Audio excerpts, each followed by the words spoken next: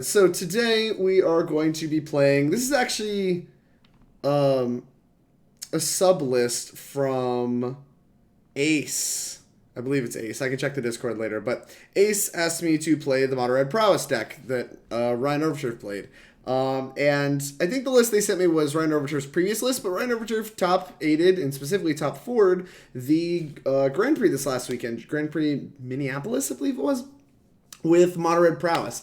Now, this is a deck that I've been very excited to test, especially after we had a pretty reasonable performance with Mono Red Phoenix last week. I was pretty excited to try the Mono Red Prowess build that I basically heard 50-50 on whether or not people actually liked it more or less. There was a lot of split down the middle, and I think that comes down to probably either play style or play skill, depending on how good the deck actually is. But I did, I guess, cheat a little bit. Now, I tested this deck for Richmond earlier this week, but it was Ryan's previous iteration, the one from his premium article, which we're going to plug momentarily. But I did try this list already, or at least a list close to this. I tried Mono Red Prowess, and it is the only other deck I 5-0'd with during testing. We have a 5-0 with Blue-White from a stream earlier, and we have a 5-0, I 5-0'd off stream with Mono Red Prowess. So the deck's very good. I was very impressed with it. And it is obvious that people are playing less removal spells than they should be, because like when you're playing these just like dorky creatures, it is, I don't know, they just never die, which is I think why Ryan cut the 2 Blister Coil Weirds, is because you just don't even need them, because like these creatures are more than enough. You can generally mold them, and like they just don't ever die. So we're going to unplug Ryan's article. I'm not going to talk too long about the deck, because you can see here on SCG Premium, Ryan has an article here. I guess we can... I think he had a follow-up article up here about, this is pre-top 8 here. This Mono Red should be getting more respect, and this is post-top 8. So Ryan's a genius. He figured it out. His deck's busted. He top forward the Grand Prix, and he had to change the way he sideboards against Hogak, which I'm not going to show on stream because I want you to go and look at it yourself. But I am going to be using this sideboard guide from his first article when playing on stream this week. So if you guys want to follow along, you can do so with that. And I'm basically should be using a sideboard guide since he's done most of the work, the legwork with this deck, and I definitely trust his expertise with this deck. So if you want to read more about the deck, you want to see how we're sideboarding with the deck, I recommend getting premium. Read that. I'm sorry if you don't want to get premium, but it's well worth it. I highly recommend premium. So I'm not actually going to talk too long about the deck. There are some notable changes between this week and last week, some of which I don't agree with. Like the list from his article, he had 4 these Horizon lands, which I actually really liked a lot. The Horizon lands were very good. This deck does not mitigate flooding terribly well, because we don't have things like birds to just like hard cast, and like we're never getting to 8 to hard cast Bedlam Reveler under Rest in Peace or anything. So we just didn't really feel like we utilized the extra lands as well. And there's like no 2 Blister Coil Weirds, and we have like Burst Lightnings instead. More burn is nice. I don't really know why we went to Burst Lightning, because once again, I don't see us having 5 mana to kick this, but heck, maybe we do. Maybe we will. I don't know. I'm interested to try it out. I'm excited to give this deck another run because it was really good. And there's a chance that I play it this weekend. It's between this and Hogak. Now, I'm very heavily leaning towards Hogak this weekend because Hogak's broken, but I actually have been winning more with this style of deck. Like I think I went 4-1 with Mono Red Phoenix, right, on stream, and then I 5-0'd with this deck, so I'm like 9-1 with these decks. Whereas like I've had the full spectrum of stuff with the Hogak decks. So I have felt more. I guess I've done more winning with these style decks, but I'm not necessarily sure that that is not just results oriented to be like, hey, like I should just play these because I'm winning more with them. I probably actually should just be playing Hogak because it's broken, but. We're going to be playing with this deck. It's sweet. It's a lot more fun than Hogak. And there's a real chance I play it this weekend. So, let's jump in and play some matches. What do you guys have to say? 3 Bedlam seems like too much when I played it. Actually, yeah, the first list had 4, and 4 felt like too many. That was actually one of the things I wanted to comment on the most, is that like 4 felt like way too many. And, I mean, this list is on 4 still, right? Let me check that before we get started. Yeah, this list is also still on 4. They're just so clunky. Like, you'd expect that card to be so good. And, like, it's bad against the main deck Graveyard Hate. And it just, like, felt super clunky. So I could see, like, trying to fit something else in there. Finale might be a reasonable option. Trying to maybe do, like, 1 Phoenix might be some utter nonsense, but may not be complete nonsense. Ooga booga! What's going on, Tiki? Yo, Drake, who's the team for Richmond? Hey, thanks for the follow, Vector Flu. The team is myself, Dylan Hand, and Chad Harney. So, got some ringers. Excited. We're looking to crush them. Hey, Imbuement, how's it going? Minifer, thanks for the good luck. Are you going to be in Richmond, Minifer? Not much. All right, we got a creature. We got some cantrips. Pretty hard to mulligan this hand. Easy keep. Like I said, there's just not a lot of removal in the format right now. Like, people just aren't killing creatures. They're not bolting stuff because it's not a good thing to be doing. Like, playing fair is just not very good in Mono right now. Like, when people are hogacking, people are tronning. Like, it's just not... It's not what you want to be doing. Like, a lot of the primary decks I've seen in this metagame are like Tron, Burn, Hogak, and like these style decks. And the only ones with bolts in them is this deck. So like, basically, unless you're in the mirror, your creatures just don't die very often. And that's a good spot to be in when your deck can kill turn 3 if your creature doesn't die. Alright, boop. Anyway, play the creature, chip the turn. Maybe, there might be merit to not F6ing to represent like we have Gut Shot or something, but I'm not into it. Sounds like some love letter in between rounds. I'm in, Owen. I'm in. Hopefully Chad doesn't have another ridiculous judge call like in Cincy. What happened in Cincy, Weisenberg? This looks like just Urza? Although it's weird. Maybe this is that stupid prison deck. I'm tempted to just crash through to try to hit my second land. I think that's what we're going to do, is try to hit the second land here. Always yield. Dang, I'm so skilled. Look at all my talent. Lava Spike isn't a super genius card, but I think we get some use out of it there. We're not super into sacking our lands, so like there's merit, like I guess if we had an excess of lands and we think they're going to play Chalice next turn, into playing Lava Dart because we get more damage out of it if we just aggressively sack our land, but I don't necessarily think, oh, I don't care about that at all. I don't think that I want to sack my lands even if they do play a Chalice on one for some reason. I don't really know exactly what this deck is, but they could reasonably have Chalice. Skithrix, thanks for the sub. I really appreciate it. Appreciate your support. If you have a sub list you want me to play this month, ship it in the Discord, and I will get that played as soon as possible. Thank you very much for your support. It means a lot. Ooh, another creature, so good. It's unfortunate because I want to cast this Manamorphose. So how much damage do we have? Morphose puts us to 2 damage this turn.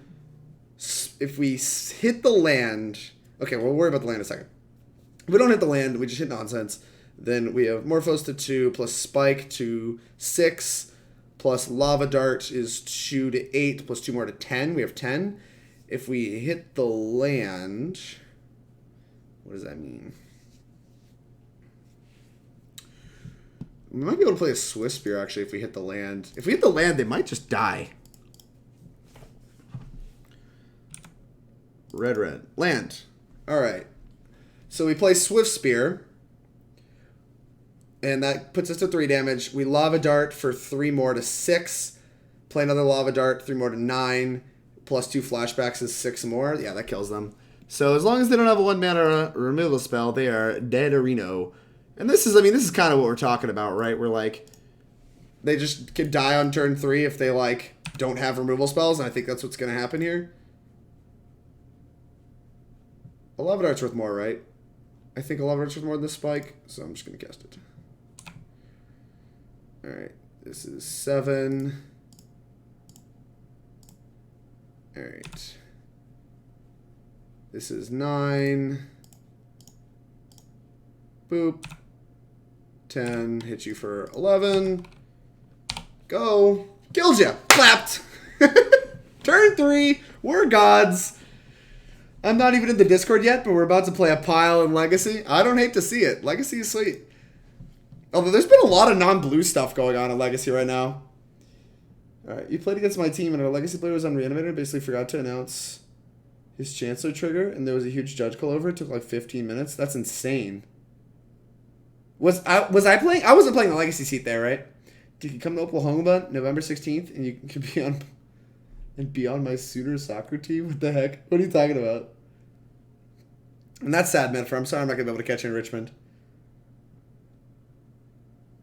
There's another settlement that needs your help. I'll mark it on your map. Yeah, non-blue is trash. I mean, I don't show up to play Legacy to not play Brainstorm. You were standard? Oh, jeez. Ah, that's right. I was paired with Chad in that Cincinnati. I remember now. Sorry. The events begin to blur together after a while. How much time have I wasted just sitting here staring at myself? Oh, we got 2 minutes to figure this out. Let's see if Urza is on his comprehensive sideboard guide. Eldrazi-tron. It looks like we're not. It's not. So we're gonna have to wing it. Let's see what we do against Eldrazi-tron. I assume we're gonna want like the Abrades and all that stuff. So that's pretty easy to figure out. Like just like we want these cards, but I need to know what to cut. It's always the hardest part. Don't think we want Flame Slash. Even though like these do kill Urza itself, I don't really think our plan is to grind with them. And like we don't really beat the Thopter combo itself without Urza. So like maybe it's just fine. I don't know. We might just end up dying to Urza, but I don't think I want the Flame Slashes. Derp. What is the worst thing? I'm not in love with some of the, like, the Lava Dart style cards. Let's see what we need. Whereas I do think I like the Crash Throughs. I'm sure I got a minute. We're owning. Spike seems fine. Dart seems fine, but I guess they could have Chalice. I don't think they have Chalice. They could have Chalice. Looks like Ryan Overturf tends to favor just cutting spikes when we're like, don't want to think about it. So I feel like Burst Lightning is worse than Lava Spikes. So I think I'm going to cut the 2 Burst Lightnings and 2 Lava Spikes and we'll call it a day. Some very light sideboarding. If I can find the Burst Lightnings. Holy cow, we got 30 seconds to find them and I can't even find this pile of red spells. Feel like an idiot. Where are they? There they are at the top. Okay, big stupid. Yeah, get this out of my face. We're going to try something like this. Insulates us a little bit against Chalice if they do have it, and also just like remove some of our lower impact, like mopier cards. Reach is good. They have Chalice. I would cut Reveler. I'm not cutting Reveler. Like, we're not that hard into graveyard stuff, so like, if they bring in Cage, Reveler doesn't care about that, and if they like have, if they're keeping all their spell webs in, that just doesn't impact the board. Like, that card's just not very good. So, I don't think I care that much. Oh no. Happened. I just readjusted. Sorry, chat. I apologize. I'm typically a D&T player, and it's a rough time for us on Legacy. Oh yeah, Red and 6 has not been kind to your D&T deck. I'm down to submit a non-blue, aka probably just black-white pile for Legacy. You should, Owen. You should. Oh no, we're getting Chaliced on turn 1. This is so fun. Good clean magic here. Sure, you have 3 cards in hand. And a welding jar and a Tormod Crypt. Alright. Thanks for sharing, I guess. That's a turn 1. I guess we'll take some draw steps with you. Alright. I mean, we have time. Unfortunately, if we Shenanigans, we have to Shenanigans the, what's it called? The Tormod Crypt. We can cast this next turn. Just gonna kind of like do these like mopey things and hope they never draw anything that matters. Another Chalice on 1. Alright, fine. They're countered. I get it. Need to draw Shenanigans. And quickly. Well, we have time. We certainly have time. Alright, go. They might Tormod Script me now that they see a Reveler, which is unfortunate. Although, it would make it easier on me. I don't really know. Probably doesn't super matter. Land. This cost $1 million currently. Cast light up the stage. I don't know. I don't really see a reason not to play this like Soul-Scar Mage, but maybe there's a good reason. Don't really care. Don't super care.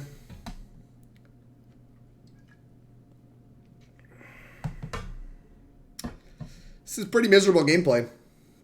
I will lie to you, chat. Are we about to get Narsetted? We're probably about to get Narsetted.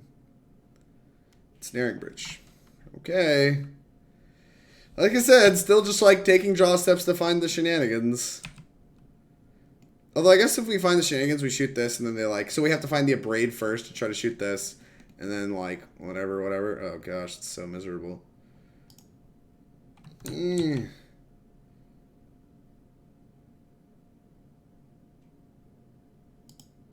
Whatever. 5. Here's a Bedlam Reveler.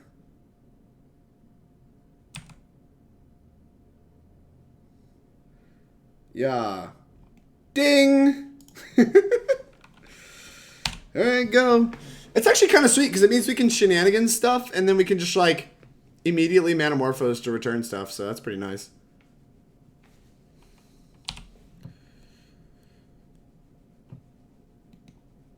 Alright, we're playing the game, I guess. If that's what you call what we're doing here. Alright, let's shoot this. Oh, this taps it, right? Regeneration taps the thing, right? If it's untapped. I think it does. Rain isn't nice to Confidence and Lingering Souls either. That's true, that's true. Okay. But, like, this still taps it, so, like, what we're going to do next turn is still going to work. Or what we're going to do right now is still going to work.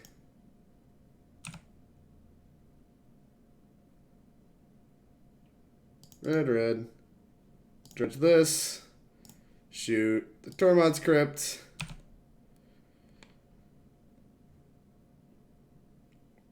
Oh, no, they have a whir? For 0? That's unfun. Bleh. Maybe we should have held it then.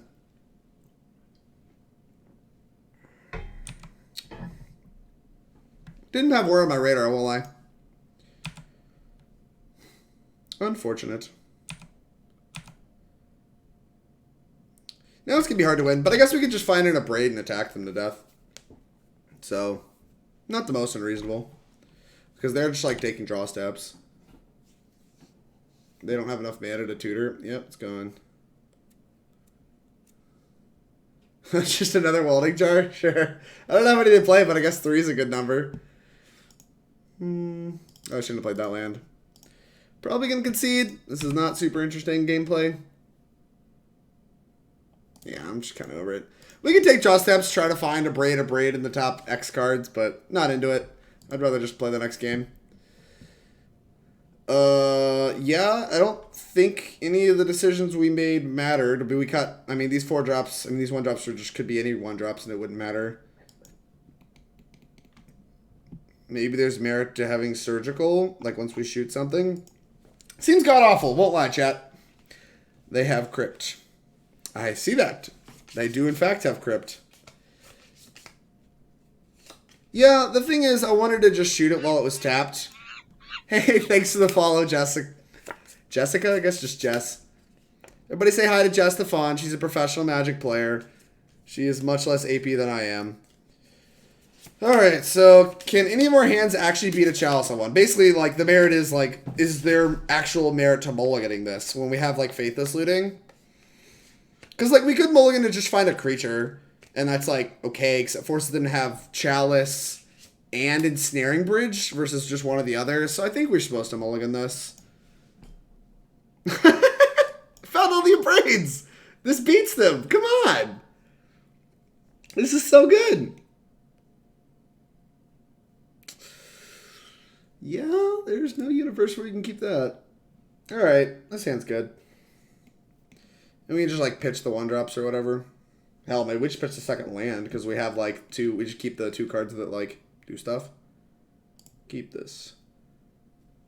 I think this card is mopey, and I think this card is kind of mopey. Well, it's not mopey, it's fine. That about sums it up, though. Alright, we're going to keep all the cards that draw cards. Swiftspear. Hey-ya!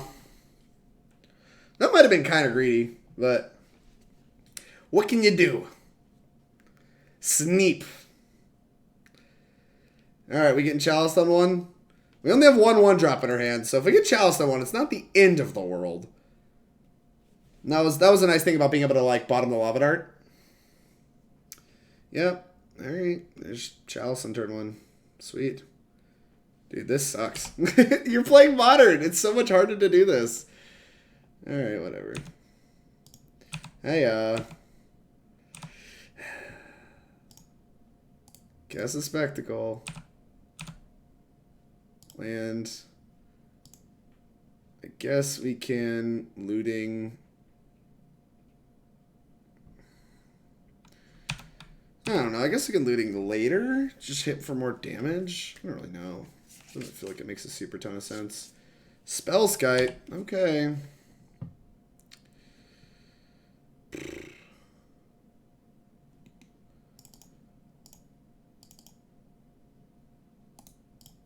Always yields. Suddenly we're in the need of the shenanigans again.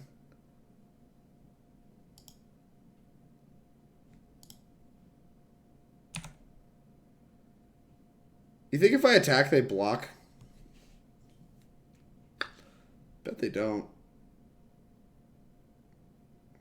Is it free to just discard another looting, though? I bet it is.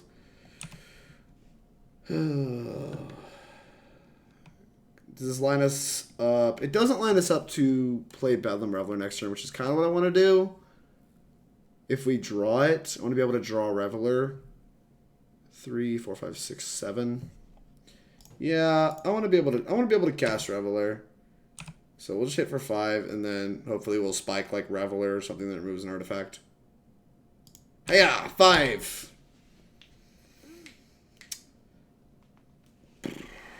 Not a bad bowl of 5, though, all told. We've only seen the top 10 cards of our library, so I guess we have to take a lot more draw steps. Oh, jeez. That's going to make it pretty hard to win. We're still, obviously, like, Shenanigans is the nut draw. Followed by, like, Abrade's like a fine draw, because at least lets us attack.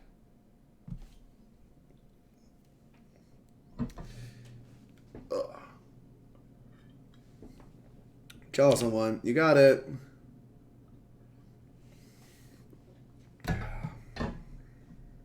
Land ain't it, Chief.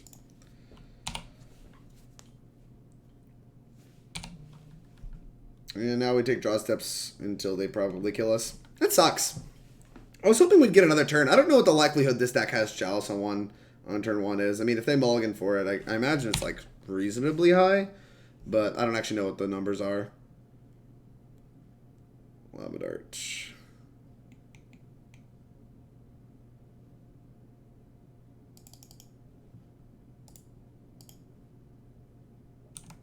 Okay. Hey-ya. Maybe they let us kill their Spellskite. I guess they will. Okay.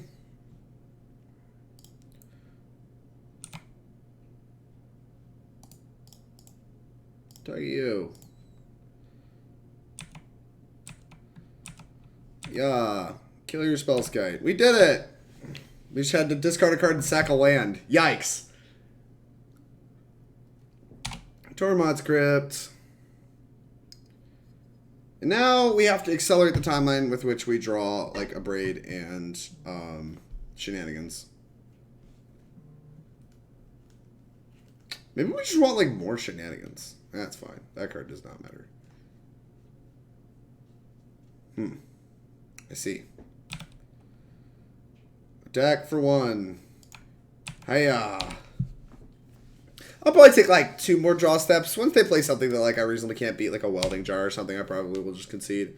Because we're drawing to a 1-outer in like a lot of cards, and they don't have very many cards. But I guess we're still drawing to like Bedlam Revelers and stuff. Like once we start that train going, we can probably start drawing cards pretty quick. Because they're not going to aggressively crack their Tormod Crypt, right? Look at my top card. You got it. It is a Manamorphose. Attack for 1. Nah, I'll just hit him for 1. Manamorphose.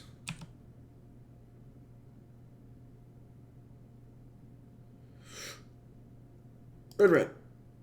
Bedlam Reveler. You don't hate to see it, chat. Okay. Here's a Bedlam Reveler. We did it! Bam! Something that blows up artifacts, specifically Shenanigans. Play up the stage. Alright, that draws more cards. We're not willing to take time drawing more cards. If we find 1 Abrade, I think we're supposed to just shoot the Ensnaring Bridge because we have this in play. So, like, that puts us in a pretty good spot. But, obviously, that is all blanked by, like, a welding jar. Yup. 4 mana means that they have Whir up now. Given that they haven't played this card in hand, I think there's a good chance that card in hand is a Whir. But there's not really a lot we can really do about that.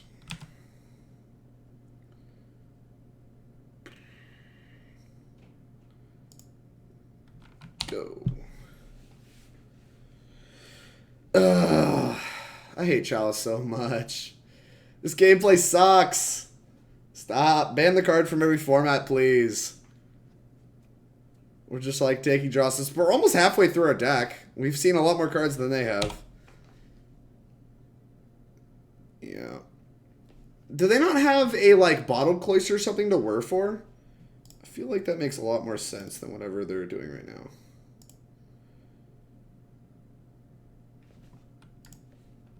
Yeah. Draw 3 more cards. Alright, well, I mean, cast this. Always yield.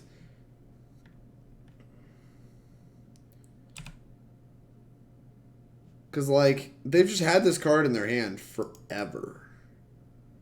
Well. Okay. Sure. Bedlam Reveler. 3 more cards coming. Nice. Ah! Go. I'm about to just take this blast zone up to 8. Kill all my Bedlam Revelers.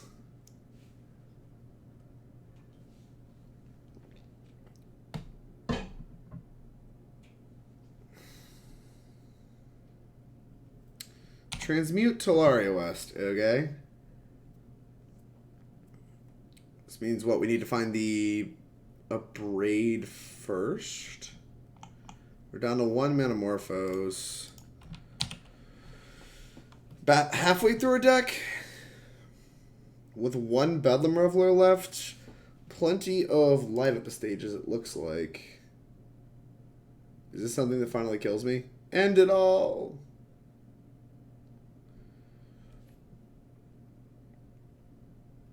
Chalice on 2. Yeah, I can't beat that. Sweet! I don't even know what their win condition is, but we'll, at this rate, we just mill out. Well, that was a great start. I jinxed it by saying we 5-0'd. I said we 5-0'd in the pre-deck breakdown. Who owns Team Nova dealing damage? I don't technically know who the owner is, but Rudy manages it, so I'd imagine if there's anybody on, like, the name of the LLC or whatever, I don't know, it's probably him. So I would talk to Rudy Brixa if you're looking for a owner of Team Nova. We own ourselves. Ooh, woo. We are self-owned. Family run. We're all a family. We got a mama and a papa. This hand depresses me because, like, it's so tempting to just keep, like, the cantrip plus, like, bolt. But it doesn't do anything on turn 1. It doesn't do anything productive on turn 2. Like, against Hogak, we can at least, like, shoot their creature, I guess. If they play, like, a mopey creature on turn 1, we can just, like, kill it, but then we're not light up the staging, so this is just a clear mulligan. This hand's great. Keep. I don't think we need the 3rd creature, so we're going to ship a creature. This, I could easily get punished for this, but I think there's a good chance we don't need the 3rd creature, because, like I said, people don't play removal spells, especially in game 1, so we're just going to hope that I'm right about that hypothesis and everything's going to work out and be great. And we're going to draw land, too. Tron, look at this. See? Look how smart I am. I'm so smart. Give me validation. All right.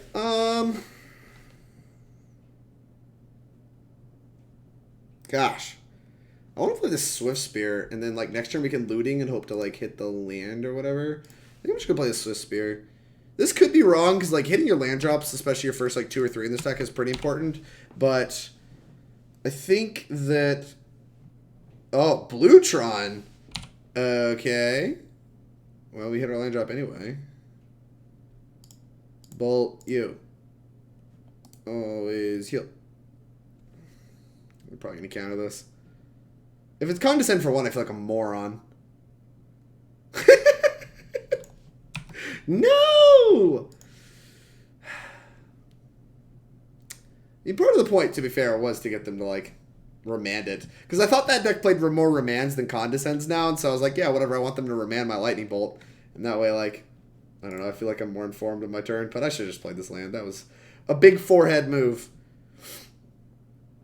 So we hit them for 4. They're not going to have Tron relatively quickly, so I think I'm just going to hit them for 4 and then light up the stage.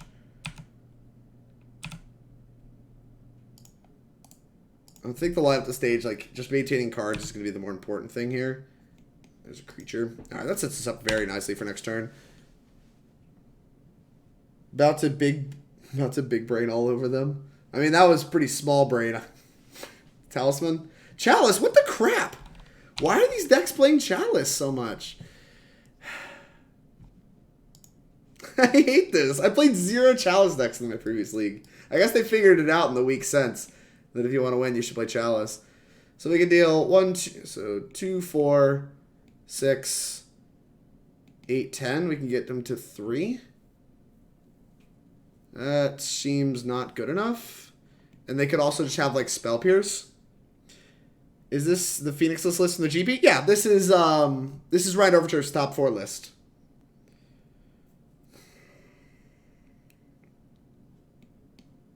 I mean, we have to cast this turn. That just has to happen. So let's do that.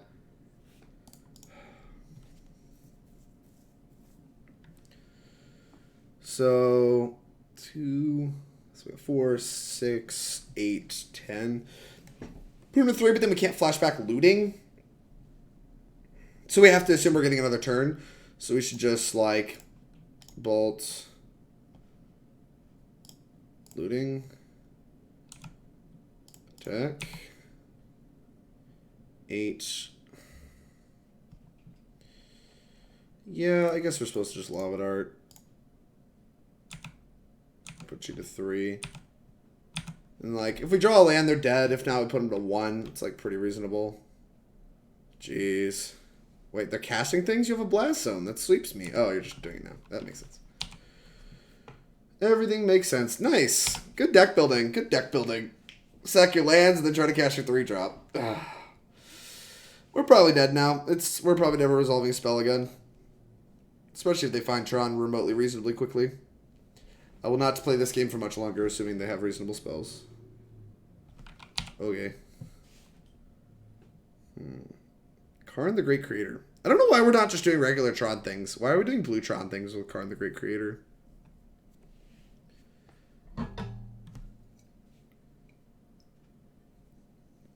How strange is it that we want to draw 2-mana Bolt right now? No kidding. There's been multiple times that we've wanted to draw 2-mana Bolt. Like, can I get a Flame Rift? Another Chalice. What are you going to Chalice on 8? Like, my remaining relevant spells are pretty expensive. Wonder if they have, like, a Worm Coil engine or something they can grab with this that, like, actually would kill us.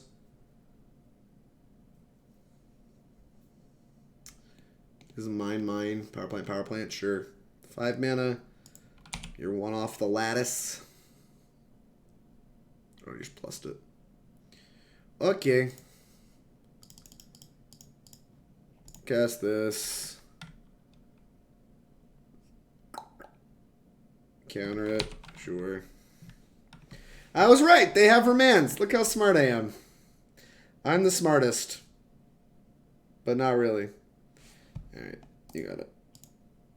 I guess make them show me the lattice. Sure. Fine.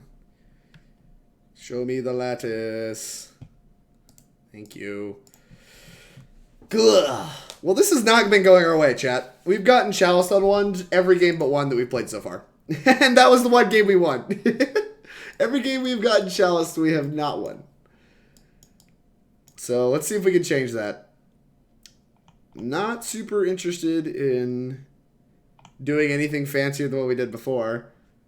Our plan is just try to kill them relatively quickly, so we're just going to cut the Burst Lightnings and 2 Lava Spikes again, because they are by far the worst cards at finding our things that blow up artifacts. I think a Karn deck should have a Worm Coil on the board as long as the GAC is real. I agree with that. I also think they should have a Blister in their board, but the problem is you just run out of board slots really quickly. So, like, your plan for creature decks ends up being just, like, only Ensnaring Bridge, because it's the, like, most effective, like, least commitment card you can have for creature decks. Whereas, like, The Wormcoil is kind of nice because it like flexes into like the Jund matchup and stuff like that, where you can have this card advantage card that you can grab as well. But it's still like 6 mana. So like, what spots are you casting like something for 6 mana, and you don't want to just be casting Lattice, right? So like, the scenario against Gak, for instance, you like sit down Karn, minus it, grab Ensnaring Bridge. You're gonna want to cast Ensnaring Bridge, and then you just untap and cast the Lattice, and the game is over, right? So it's kind of one of those situations where, because Wormcoil is so expensive to cast, it doesn't really make a ton of sense, I think. Whereas like Ballista can at least be like a 2-mana removal spell sometime, or if you like just need to kill a 1/1 or something, that could be good enough. Skithrix, bruh, you better suggest putting a Skithrix in their deck. We need a spicy Nug emote. I wonder if I can get sued for that. Is there a copyright on the spicy nugget thing? Probably not, right? Like, what are you gonna do? Copyright the word spicy and nugget? It wouldn't be the most insane thing I've seen people try to do, but is this a Wendy sponsored stream? Yes, Just Fun, it is. It is in fact a Wendy sponsored stream. Well, this hand kind of sucks, but it has an Abrade and a 1-drop creature, and I think that means I can't mulligan this. I'm gonna think about it a little longer. Because, like, the Sunbaked Canyon also, too, is a good argument, I think. This hand is closer than I want it to be, but I still think it's a keep. Just being able to beat a turn 1 Chalice is nice. Although I don't think they're going to turn 1 Chalice me. I think they're going to turn 2 Chalice me. Because I don't think you can put Spirit Guides to your Tron deck. That doesn't make sense. OMG, what? What are you OMG whatting me for? They mulled the 5. Gustav has mulled the 5. Blurp. Combat. Beat you over the face. Taste it. Turn's yours. Draw on land. What's your land? Oh no. That's okay. Montagna. You. Easy deck, easy life. Yeah, this hand isn't terribly complicated. We're going to point bolts at their face and we're going to attack them. There's not a lot of interaction going on here. It's like if you chalice me, I need to kill it or I don't interact for the rest of the game. Blow it up. Was this chalice blow it up? Blow it up. Alright, cool. And deal a damage to you. It's so busted. No, we can't sequence things well. This is the worst timeline, chat. You say bolts like you have multiple? I do. I have lava spikes. Come on. They're in my deck. I'm going to draw them because that's all my deck does, and we're going to win. What do you mean? There's like nothing but bolts in my deck. Lava Dart right now. We have 2 Monastery Swiftspear is a lightning bolt. Big brain. Galaxy brain. We're going to draw one. Look. Look, Jess. What did I tell you? Multiple bolts. I'm just a genius. That is all that is happening here. All of these cards add red. Yeah, they do. Thank you for sharing. Alright, whatever. We can't play around Condescend for 2 now, which, like, might be a real argument for not playing this bolt. I won't lie. Yeah, I'm actually going to hold it, because we can't play around Condescend for 2. We can play around Remand, but obviously remanding it sucks. They might just thirst for knowledge now, though. I don't know if they still do all that nonsense. No! Stop it. On time. Look at that. Look at that lightning bolt. So if we had bolted them and they didn't have it, they still wouldn't be dead. So, whatever. Just pass.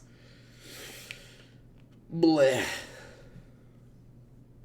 This is the darkest timeline.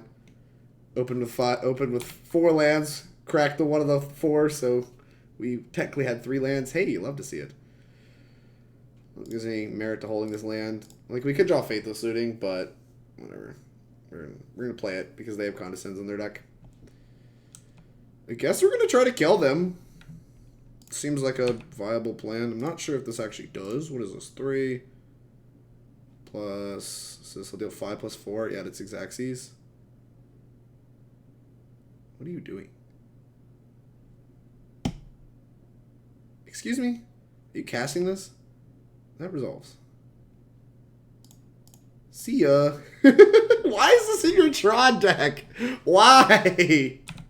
Oh, you can nibble Obstructionist the Bedlam Reveler. That's insane. That's insane, Chad. 6, so we can flash it back, put him to like 1. Alright, I'll take that. I'll put you to 1. Big fan of putting you to 1. Gets us blown out by another Nimble Obstructionist if they have another one next turn, but, you know, I'm going to hope I can deal 1 point of damage in that amount of time. What's wrong with our deck? I don't know. What do you mean? Our deck's just great. We've done more things. We have more creatures in our Tron opponent. We have more cards in graveyard. The only thing we don't have more of is cards in hand. They're just not taking game actions. Oh no, they have another Nimble Obstructionist. How do I win? That's a good start. What does this cost to cast? 1, 2, 3. Oh my god. All this mana and we still can't cast it. Whatever. Well, we want them to Nimble Obstructionist because when I can cast this, I don't want them to counter it. Die. I'm just going to bounce this. Okay. You got it. Let me make sure. Let me make sure I'm not dumb. 1, 2, 3. Should have just left the dart. Get punished in every single way possible. Well, let's put it back into play. Keep it from getting countered. Ah! Bedlam Reveler is so bad. Thirst for Knowledge resolves. Watch, they're just gonna die to this. They're dead. Busted. Look at this. Our deck's so broken. Look at all these powerful things we had going on. Ace, hey, what thanks for the resub? Drake just got here. Has this deck been treating you well? Well, Ace, we have won every single game that a Chalice on 1 has not been played. That's not true. They had played a Chalice that game, right? Now I braided it. All right. We have won 1 game where Chalice of the Void on 1 has been played. We have lost the other 3. So we are currently 0-1 in this league, about to play game 3 against Mono Blue Tron. We lost to like this Mono Blue Prison deck. You could argue I definitely played badly because I didn't play around Whir on one of the turns that we maybe could have won. But yeah, I don't know. It wasn't on my radar. I got blown to the moon by it. And I'm not really sure there's anything I could have necessarily done about it. I could have just like been more patient and like tried to bait them into cracking it and then like just draw with my Morphos, but that felt like a lower ceiling play. I don't know, it's probably wrong, but oh wow, these hands are so bad. Find me a creature or like anything. Alright, this works. So we can't beat a Chalice on 1 super well, so I'm looking to put one of these 1-drops on the bottom, I think, at least. I think Crash Through is worse. Reveler's kind of slow, so I think I'm going to bottom it, even though it is something we can cast, even if they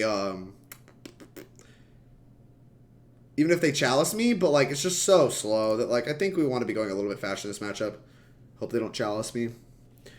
Tolaria West, what the crap? You're a Tron deck. Why are you playing that card? My whole like idea of how Magic works has been completely shook during this match. I do not really like Reveler. It's so weird. I thought I was gonna love playing a million Revelers, but they have been nothing but like very bad. Well, that's not true. They were like fine in some spots, but they have been a lot worse than they look. Because it looks like a Treasure Cruise on wheels, and it is not a Treasure Cruise on wheels.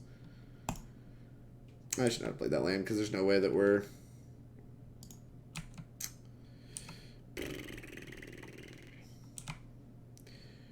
There's no way that we're casting anything else after this light up the stage. So I should, just in case this is double land, I should have not played the land. But whatever. Hopefully it won't be. It's going to be great. Swiftspear. Right. I don't think it does me any good to just throw that in my graveyard, but I might. What are the merits of throwing this in my graveyard? I don't really know. I'm just going to pass.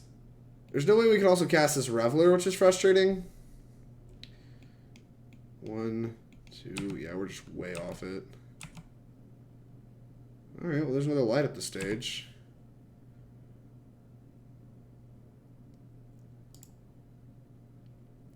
I guess I should Lava Dart now. Start building. This builds toward Reveler while giving me Prowess triggers to play around. I guess it doesn't really play around anything, but it just like starts killing them faster, right? Also gives you the option, I guess, to if they nibble Obstructionist, we can pump it another one.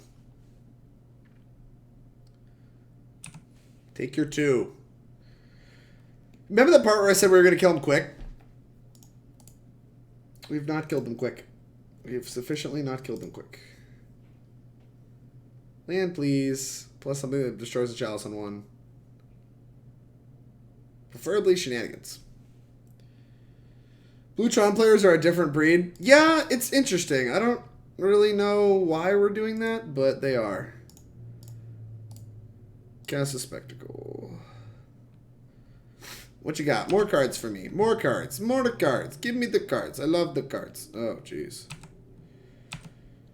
Alright, get rid of this other nonsense. Thirst for knowledge. You got it. 1, 2, 3, 4. So we'll play our 5th. So if we hit a Bedlam Reveler off that Manamorphose next turn, we can cast it. Probably will. Ah, that's Tron land. Don't kill me. How would Arcanist be in this deck? Is it too slow? Yeah, I think it's too slow. This deck normally is just like trying to win on like turn 3 because you have a bunch of like creatures that don't die usually because there's no removal spells being played. Apparently there's Chalice of the Voids being played though, which is no bueno.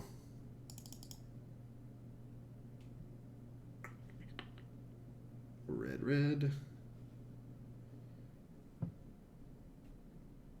Don't chalice me, bro. That's all I'm asking for. Both in Legacy and in Modern. All my decks I ever play just lose to Chalice. It's because the Chalice decks are never very good. They're always, like, bad, but they punk you out with Chalice every now and again. I think that's part of why I hate Chalice so much. Is that it's just, like, the decks are never even good. It's Condescend for 3. What are you doing? Sure. You got it. No. I will not. I guess we should cast this Lava Dart next. Hit him for 3, put him to 14. Then we're still forever away from winning the game, but always yields. We are still like looking to draw things like Reveler. We're gonna probably hold the Bolt though, because it's like very good after. Oh sure. No, we're definitely holding the Bolt. This is another Chalice. Probably another Chalice, realistically. Ballista! Oh no! Lava Dart. Crack the Islet. Pass. I'll probably take like 2 draw steps or whatever. Like I said, not super interested in playing out these games. Beating Chalice on 1 is not something this deck does. And Blue-Tron is not a part of the metagame. So we're not even really like gaining valuable testing from this city here getting beat down. We're just like playing to hope to win. Although we do get to like not have to confess that we lost to Blue-Tron. We are in a bad spot. That is very, very astute of you, SCGRICH. I like how they've played multiple Talaria West and still don't have Tron. They just have like not actually cast, like actually had Tron. Alright, they do. You got the Karn? Oh, wow. Well, we could still beat that with the Shenanigans. So, we're still drawing live. But we die pretty quickly. We probably actually have to kill that now if we draw the Abrade. Which sucks.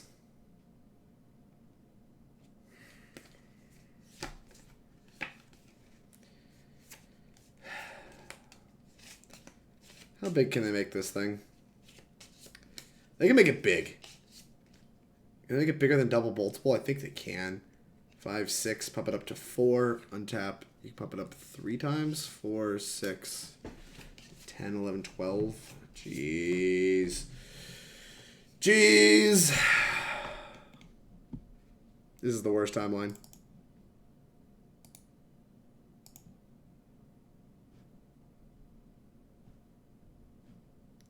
I guess we just wait. Because they like are incentivized to pump it on instep. And we can just like try to Abrade. Oh, or they could just untap. Does it mean they have a counterspell? This likely means they have a counterspell. Okay. Still don't really think, I mean they had enough mana, I still don't really think it matters when we shoot it. If they had nothing, though, I think they would have pumped it. So, like, doing this here, I guess, taps their blue source's main phase, which they have only, like, a couple of. So, like, maybe there's a chance for their second counterspell cost multiple blue or something. What's up, Jacob? What's up, Mason? Might just change my Twitch handle to Scoops. It's reasonable. Worm Coil Engine. I don't think that one's super beatable. Shenanigans. Alright, we're done here. We're done. Both teams played hard. Chalice, fun, interactive Magic card. Alright, we've won one of the 5 games that we've played against that they've played a Chalice on 1. Because we've lost. Every game we've lost has been because we played a Chalice on 1. And we've won one of them where they played a Chalice on 1, right? Did we win a game where they didn't? Yeah. There's 2 games where they didn't, and there's 1 game we won. So we won. No, because there's still only 2 games. What the heck? I guess we lost game 1 against the Tron deck, the blue Tron deck then? Yeah, we did. We won game 2, didn't we? Unfortunate. Could have gone either way. Was close. Main deck Abrade format. No kidding, Turtle Power. I mean, if this keeps up, that might not be the worst solution, you know? Because, like, obviously this is not something that was going on last week, right? Like, I did not play against any Chalice decks in the last, like, week. So I'd assume that this is, like, an adjustment for the fact that, like, Mono Red Prowess and Mono Red, like, and Burn are both, like, big, like, have a big presence in the format. And so, hey, we're playing against I Am Groot. Maybe they're playing not Chalice.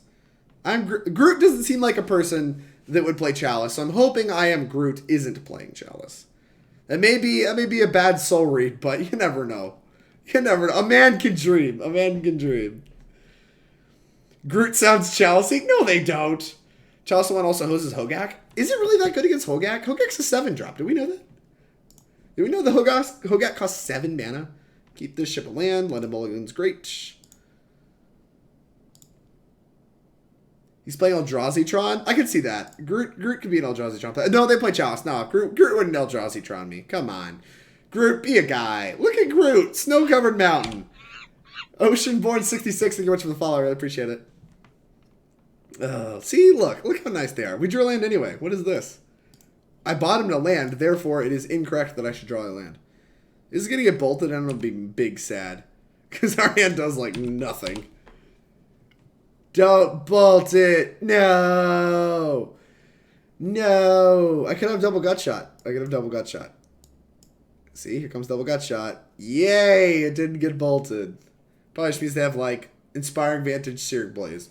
Blech. Or maybe they have one more land into Scred. That would be a tilt. Mono Red Prison incoming, they just Chalice me. I mean, like, no. Oh, come on, they're playing Manamorphose. They can't have Chalice. I refuse to believe. See, Groot's one of the good guys. They too have been chaliced too many times. That's why they're in the O2 bracket with me. Lava Dart me. Oh, they just have a live to stage. Okay, that's fine. That makes sense. Yeah. See, look, they're a good guy. Or girl. Whatever they choose to be. They're among the protagonists. Alright, well, let's try to hit him for approximately $1 billion. Always yield. Did you give up on Blue-Red Phoenix? Define give up. I think Blue-Red Phoenix is going to be very good. I'm going to talk about that in my article next week. But I think Blue-Red Phoenix is going to be good once they ban Hogak. Because Tron and Burn, I think, are going to F off. But as long as Hogak is just, like, on top of the format, I think we're probably wasting our... Oh, this creature I really want to play. I think you're probably wasting your time trying to play Hogak. I wonder if playing this creature... No, because we're opening ourselves up to Bolt. I still kind of want to Bolt light up the stage. Why does that feel insane? I could just, like, Soul-Scar Mage, like, looting and discard a land or whatever, since we already have a card we want to discard. But I don't love that either. Honestly, we were kind of a crappy Faithless Looting deck. And I also kind of want to hold Bolt as a removal spell. So they have Lava Dart. I wonder how this matchup plays out. See, the problem here is I don't know what our role in this matchup is, so I don't know if I should be trying to aggressively use our like land stage to get card advantage, or if I should just be like prioritizing dealing damage and doing things like just like throwing the bolt out there and stuff like that. I'm inclined to believe that since it's a mirror, we're just going to try to trade resources a lot, and the Revelers are going to be some of the more impactful things in the deck, and so I should be like trying to maximize my resources. And I actually think I'm supposed to just play Soul-Scar Mage and like basically attack for 2 and pass. Ross thinks it's unplayable right now. I'm taking it to Birmingham this week. I don't think it's unplayable. I think if you can dodge Tron and burn, the deck's great. But like as we've seen just this league, we've played against 2 Chalice decks, and like the Mono Red Phoenix matchup isn't awesome. Like it's okay because you have like bolts and stuff like that, but they can still just get under you. And so like your Chalice matchups aren't good. Your Tron matchup sucks. Your burn matchup sucks. Honestly, your only good matchup is Hogak. So, not super in love with it. They can Lava Dart my thing. That kind of sucks. Now we're looking to draw Lava Dart because it's getting this Blister Coil weird. Now we have this weird holding pattern. Like, we need to know how many removal spells they play. Although it doesn't matter as long as we have a Soul-Scar Mage in play. But if they respond by, like, bolting our Soul-Scar Mage and, like, Lava Darting our thing, we just feel very dumb. This is kind of a weird spot. Maybe that means I'm supposed to just Faithless Looting? Maybe I'm not supposed to bolt their creatures. There's so many options here, and I don't know what's correct. I think I'm going to lead on Faithless Looting. I don't know why they'd let me untap if they have, like, a removal spell, though. Lava Dart, target who? Who are we targeting here? Target my Swiftspear. Alright, well, we're gonna, to keep a -1/-1 counter from being placed, we're gonna go ahead and bolt the Soul-Scar Mage. And this means they can still place one -1/-1 counter, but they can't kill my thing permanently, like on their next turn once the bonuses go away. So I think they pulled the trigger at the wrong time. This is dumb. Look at this. Who would have thought? You're playing a Mono Red matchup and this is your stack. Insanity. Ace, what are your thoughts on Eldrazi Tron? I think that deck is just kind of worse than regular Tron, which is I think why we're beginning to see it like kind of just fall out of favor. Like the deck is like okay, but it's only okay because it's like a good like it's a Chalice deck, right? I don't even want to say it's a good Chalice deck, but like if you're doing the Chalice thing, I think other decks do it better, and so that means that it's just like kind of a mediocre deck. You don't do the Tron thing well. You don't do the like what are the rest of the words I was going to say? You don't do the Eldrazi thing super well. So yeah, you don't Tron well, you don't Chalice well. You just kind of suck at everything. Alright.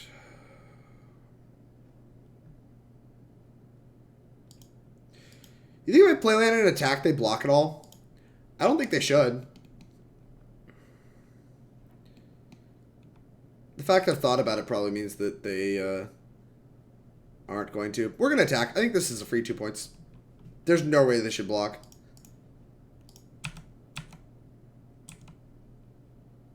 If they block, I'm going to be a little upset, because they should not. Okay, that block's fine if you're just like trying to preserve damage. Although, no, you should just try to eat the... What are you doing?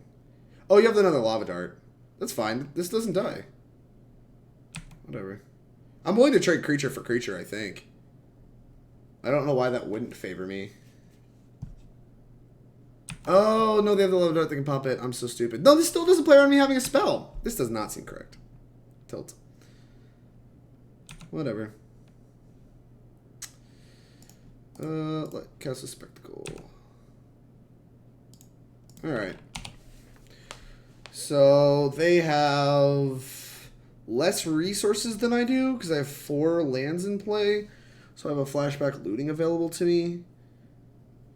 So, they have less resources available to them. We're also higher on life, which is equity. It's worth at least a Lava Spike, right? No attacks. It's strange that they wouldn't attack given this thing untaps itself when you cast a spell. Does this mean they have no spells? I don't know. Draw. I have to play this. Have to play this. And then I think I'm just going to flash back the looting.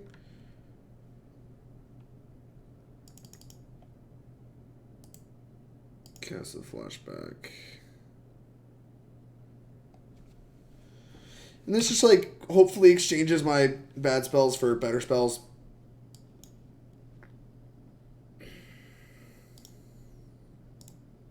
That sucks. The question is, do we attack with Monastery Swiftspear? They have to cast 2 spells to actually make it worth attack, or worth not? Yeah, I'm just going to pass. I don't really think it is worth, like, getting blown out by just, like, some bolts to the face or whatever while we're ahead on resources. Because they have 3 things in play, 3 things in hand. We have 6 things in play, 2 things in hand. So we're ahead by 2 pieces of resources. And we're way ahead on mana. So I think, like, wasting our time, like, trying to just, like, punk them out for damage is how we lose this game, is getting aggressive. Alright, well, let's play this first, and we'll crack this to draw a card. Light up the stage is pretty good. Alright, I think I'm going to deal a bunch of damage this turn. They don't really have the resources to just kill me on the next turn. They can hit me for a lot, but they don't have the resources to just kill me, and I think we can force a block out of them.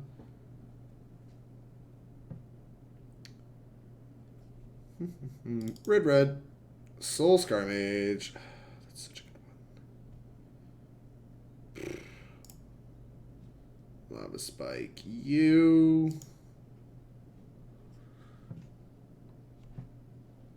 I guess they want to bolt something. Now's the time.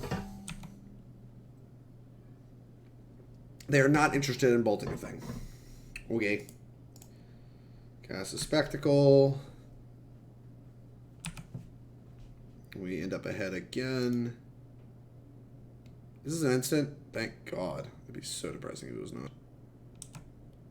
Alright. Let's attack. If they want to block or do anything fancy, we just get to, like, burst lightning them for 1,000,000. Put you to 5. Here's the Soul-Scar Mage. And pass. I don't know how they get out. I won't lie. I have no idea how they win this game. We're ahead in every sense of the word. So they just have nothing? I don't know how they don't have nothing. They've spun their wheels a bunch. Yep, that's fine. Check. No attacks. So we're blocking. Alright. Question is, do we try to, like... I don't think we do. I think we just kick this. Face! 1,000,000!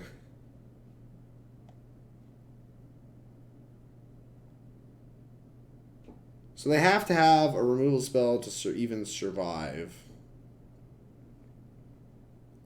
Oh, they don't want to play with me anymore. I actually probably wasn't attacking. Like, they're dead if I attack, but I'm probably actually not attacking. Because if they just have, like, spell, and then they can untap and, like, I don't know, maybe answer my stuff. I feel like we have the potential to lose the game, whereas if we just sit back and, like, they're at 1, we can just, like, be like, okay, you can't attack. Like, I'm not attacking. Good luck. Like, I'm not giving you the opportunity to even block. Arpod 97, thank you very much for the follow. I really appreciate it. Alright, what we got? Boom. Back to the Ryan Overturf guide. This one's actually on it, unlike miserable Chalice decks. We actually have real decks on here. So it turns out, in the probably very highly interactive normally matchup, Lava Spike's not very good. Who's shocked? Everybody who's shocked, raise your hand. So normally it cuts the Blister Coil Weirds, which are now the Burst Lightnings, but I think the Burst Lightnings are good. So we're probably going to cut more like Lava Darts, because he's cutting 2 Lava Darts. So I think we're just going to cut all the Lava Darts. This may be wrong. Ryan may, like, flame me for this, but I get why Blister Coil Weird's bad, but I think that, what's it called, Burst Lightning is actually pretty good. Whereas Lava Dart kind of sucks. Maybe we do, like, a 1-1 split. Like, Shock actually is not very good, whereas, like, Lava Dart can be. So we're gonna do a 1-1 split. Hey, Jenny, how's it going? Thanks for the 10 bets. I really appreciate it. How you been? I haven't seen you in forever. Versus Ursula seems way too fun, though. No, thank you. It's also impossible to play on Mono because clicking through the combo is damn near impossible. All right, we want removal spells. Everybody surprised? Be shocked in the chat. Dragon's Claw. I don't get why we like Dragon's Claw. Like, nobody's even casting red spells. Question is, do we want to keep like a Burst Lightning or a Dismember? I think Burst Lightning's a little better than Dismember. Oh, no. Oh, God. What just happened?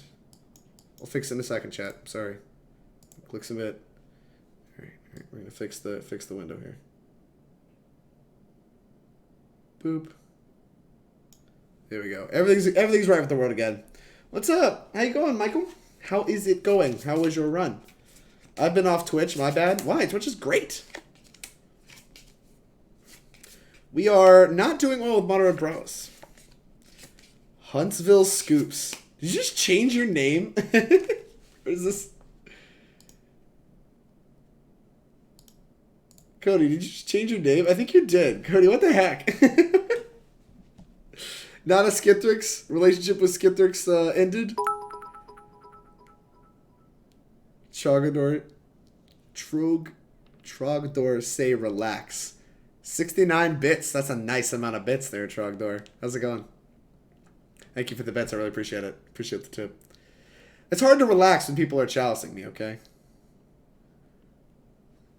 Look, I get very angry when I get chaliced. It's so frustrating. I'm just looking at my magic cards. Like, yeah, they don't do anything. I hate this. Ban it. It's the most, like, bad card I've ever wanted banned. Chalice AF fam. No, thank you. Our opponent is making the very difficult decision of whether or not to play first. They have selected to play first. Sands a keep. It's kind of mopey. Doesn't really interact with their creatures, but... Leyline of the Void. Oh no, opponent. You have Leyline of the Void in your deck. Opponent, you're down a card. Opponent. What are you doing? Stop. No. 1/2s. Don't attack into other 1/2s. I will not block if they attack. I'm still not blocking. Alright. I wonder if they think I'm the Phoenix deck. I guess that's the bright side to not being the Phoenix deck, is that we just don't care as much. Our lootings are now going to discard Bedlam Revelers, and we're just in great shape. Yeet. Yeah, I'm pretty sure even if I was the Phoenix deck, I don't think you want Leyline in the mirror, so maybe they'll win this game because they're on the play, which is actually probably what matters. Keep Leylines in their deck, and we'll draw them throughout the course of this game. See, they just discarded 2 spells to their Faithless Looting as well. How did that happen? How are you in a spot where you're discarding 2 spells to your Faithless Looting? Why did you cast a Faithless Looting if you're just discarding spells? What is happening? What are you doing? You have 2 cards left.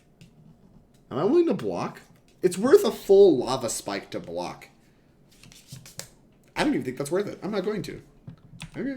Yeah, I'll take my 6. Go to 14. Like, there is merit to, like, keeping your life total padded, but they're just, like, hemorrhaging cards. They have 2 cards left. And we have 1,000,000 cards left. Give or take 1,000,000 cards. I wonder if we can die. I'm just going to leave the O1 back, attack with this, and then light up the stage. That's probably fine. Alright. And then this should put me up on cards so I can justify blocking if they have like a bigger turn next turn. Alright. For to play the land, ship. Yeah, we just have access to so many more resources than they do. After 20 turns, they still think we're Phoenix. I mean, it's possible that we just got heinously unlucky and didn't see our Phoenixes forever. Alright, there's a second mountain. What do you have? Manamorphose, it looks like. It's a good one. Oh my gosh. Yield. Yield. Guess that means we should represent Gut Shot by not, like, attacking. If they cast more spells, we're gonna block. Obviously. They let the mana drain. Does that mean I block? I really want to block. Part of me doesn't want to block. I could just deal damage with this. Take 4, go to 10. Otherwise, we go to 12. 12 is a lot better than 10. We have Dragon's Claws in our deck. I'm not blocking. We literally have gain life things in my deck. Bedlam Reveler. Well, I guess this Bedlam Reveler, I'm sorry, this looting now does things. Alright. Red, red. Morphose. Red, red. Red, red. Tilt.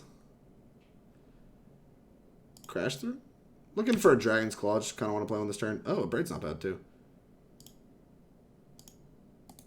Deal 3 damage to this one. So we attack him to 9, put him to 10. But I think my plan is to win the long game, so I'm only going to attack for 5. Maybe attack for 4. 5, 4, 5. I don't know. Yeah, we'll attack for 5.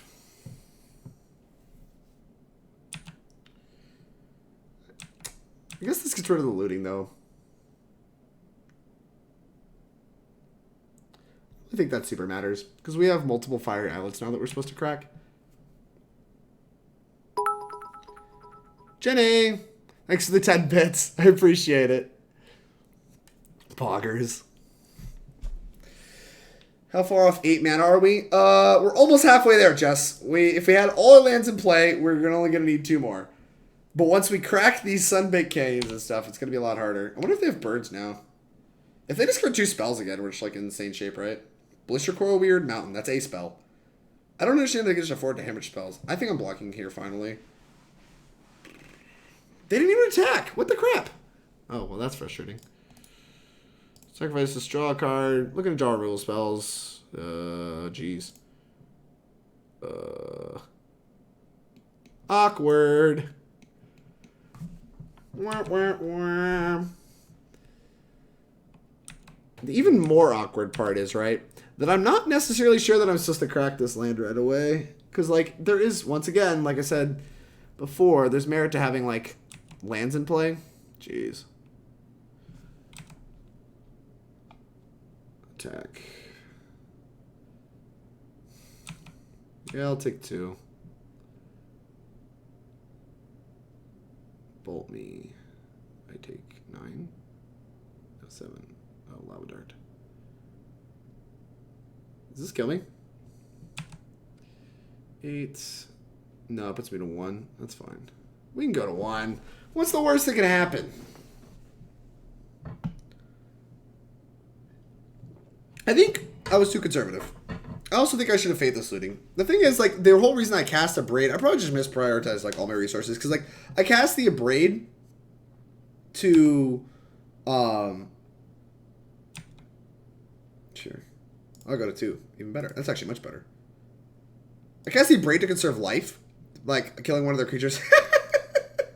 I don't know if this is just going like this is, but, okay. I cast the Abrade to conserve life. And I didn't block with that O1 that didn't really do anything for the entire game earlier, also to conserve, or like I didn't do that to conserve cards. And I think I should have like done this in the opposite order. Like I think I should have like not cast the Abrade, and I think I should have blocked earlier. But that seems super hindsighty. Boop.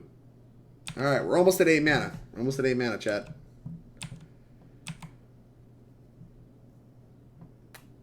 Draw a Dragon's Claw. We are probably going to die. Yikes. Don't kill me! A bird. And another ley line, huh? Drawing ley lines. No wonder we're alive. Cast, target that. So if they ever bring the bird back, we can't win. But if they're casting 3 spells, odds are one of them does 2 damage, so... Ugh. If these Bedlam Revelers were Dragon's Claws, though, we'd be in really good shape.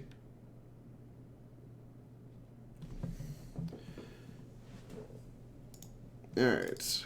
Morphose. Now I feel so dumb for not having that looting. And they feel so smart. Look at this. Their ley line was worth 3 cards.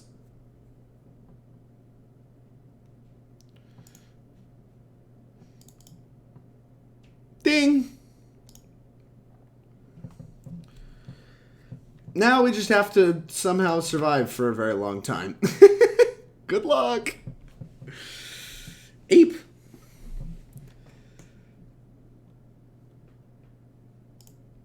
Math is hard. It's not easy.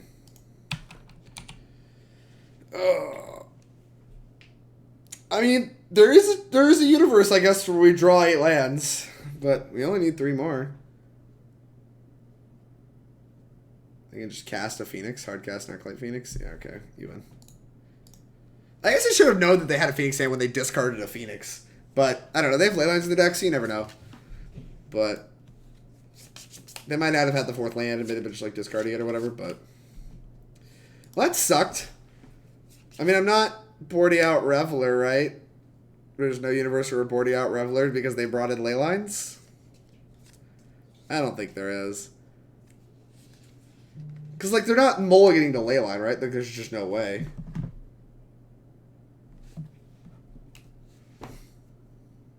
Shave some? You could shave, like, one.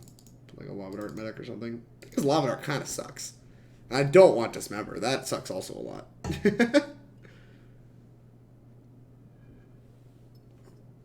Maybe they just have ley lines out on the draw. Or, I guess they, yeah. Like, maybe they just have ley lines out on the draw. No, they wouldn't play that game. Right? Because we won game 1? Yeah, we did. Otherwise, we wouldn't be playing a game 3. I don't know. I don't really get the logic of having ley line in your deck. But, I mean, it was good against my Revelers.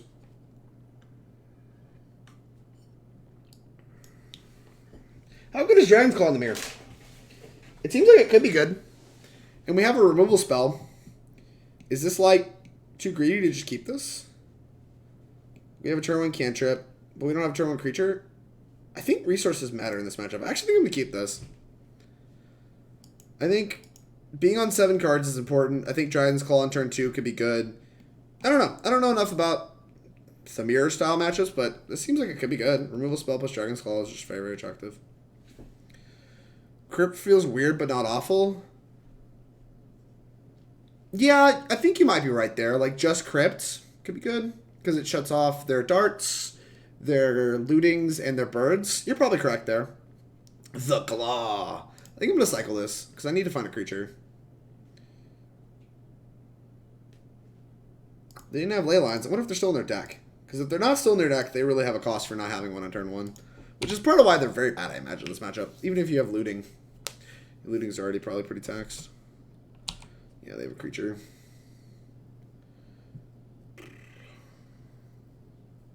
So we could just Abrade it. The opportunity cost of not cashing the Dragon's Claw doesn't seem super high. Whereas, like, trying to kill it once they get to untap is probably going to be an insurmountable task with, like, a 3 damage spell. So, like, this just checks them to see if they have another creature. And if they don't, they, like, spin their wheels here. Then we get to, like, Dragon's Claw and spin our wheels. It's going to be one of these games, huh? Alright. Oh, we're so talented. We're so talented. We have the Abrade for their Dragon's Claw. Oh, no. This is so dumb. Dislike. The Claw. It's Red Claw, though, not White Claw. It's much less fun. Wow, they had the exact same hand we do. Look at this. It's like it's a mirror match. Oh, yeah. We got auto yield to this nonsense. So now... Always yes. Always yield. Always yield. Now I feel like... the game definitely becomes about total resources once, like, we're not getting punked out because of Dragon's Claws. Once again, could be a dumb hypothesis, but I feel like I'm correct. Which they probably favors them, actually, because they're a Phoenix deck. Like, they might just cast 3 spells here and get a bird back. Which would kind of suck. Yep, they are. They're going to do just that. So the fact they have birds in their deck puts them at an advantage on card advantage, I think. I don't know. Gosh, they have a second bird. We are very dead. Yeah, maybe the bird version is favored in the mirror, which means maybe we want, like, surgicals or birds or something. I don't know. I mean, surgical for the birds or crypt for the birds. Take a billion. This is going to be ridiculous. Yeah, I'm not interested in how this game is going to play out. This probably means we're going to get clapped. Alright, well, we can play our thing. Shoot this thing. So we play our thing.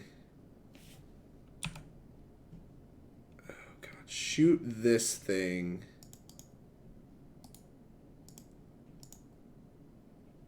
Oh, gosh. I hope I don't regret this. Oh, I don't care. But I feel like I said, the game's going to be about resources, which, while it favors them, our hand is pretty good at fighting on that axis at the moment. So we're going to see what happens. Because we're both above 20 and we'll remain that way for some amount of the time. Oh my god.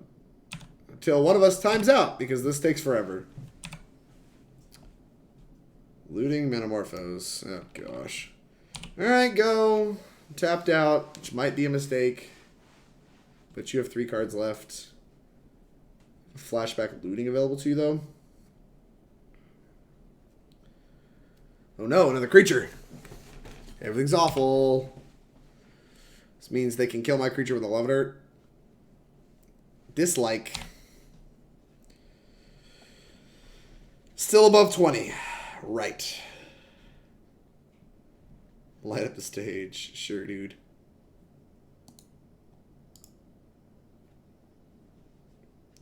Oh my god. So many triggers. Can you imagine playing this in paper? Your life pad would just be like an essay, and like everybody would just be saying triggers every other word. Oh, it'd be so miserable. Alright, you're about to gain like 1,000,000 life. Morphos. We're both about to gain 1,000,000 life, I suppose. Auto yield to this opponent. This is going to take forever if you don't auto yield. I'm already 4 minutes ahead of you. Let me tell you, it's miserable. I firmly believe you.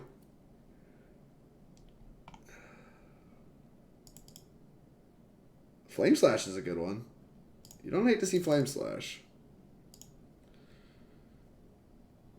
Alright.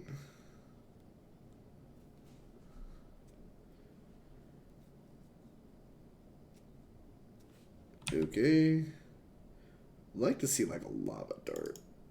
Something just to kill this. Okay, fine. I get it. You want me to cast spells. I'm casting spells. I'm looking for Revelers here. That's why I'm like willing to dig so hard. Is like I just want to find my Bedlam Revelers to try to keep up on card advantage and on big creatures. Because like that's what keeps up with their bird plan, right? Is just having Bedlam Revelers. So not having Bedlam Revelers is bad.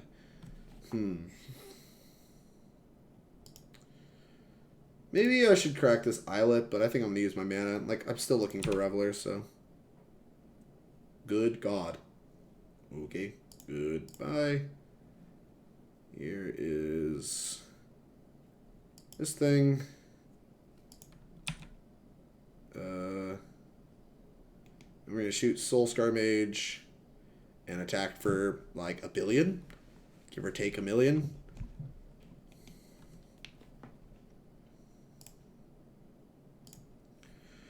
Shoot that. Ah!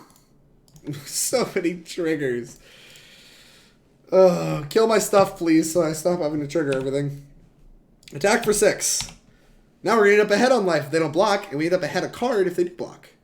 Bam! Look, we're ahead on life. Yeah! All that to end up ahead on life. This is very dumb. This board state is stupid. I agree. Big agree. No, they have more creatures. This is BS. Stop.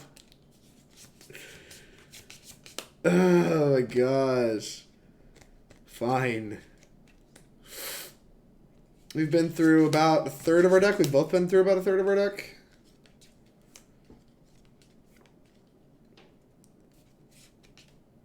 You don't have a Lava Dart, right? Alright, so we get blown to the moon if we block. But, oh gosh, what are the chances they have Gut Shot? Do we think they have Gut Shot, chat? Whatever, it's 1 damage. The opportunity cost is high. They have Gut Shot, I don't care. Like, I'm not going to get myself blown up for no reason. Oh, look at them paying costs. They have Surgical Extraction. And that gets a card out of my hand. My opponent is so talented. They just bring in these, like, not very good cards and just blow me out with them. I guess, actually, Surgical is probably much better than, like, Ley Lines, but good God. They have Ley Lines in their deck, too! Oh my gosh, chat! Make it stop. End this misery. I'm gonna lose to this. No! We're the least lucky ever.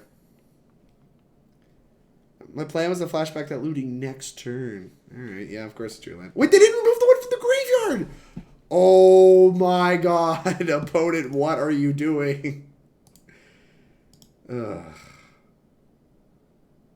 I guess we just cast it.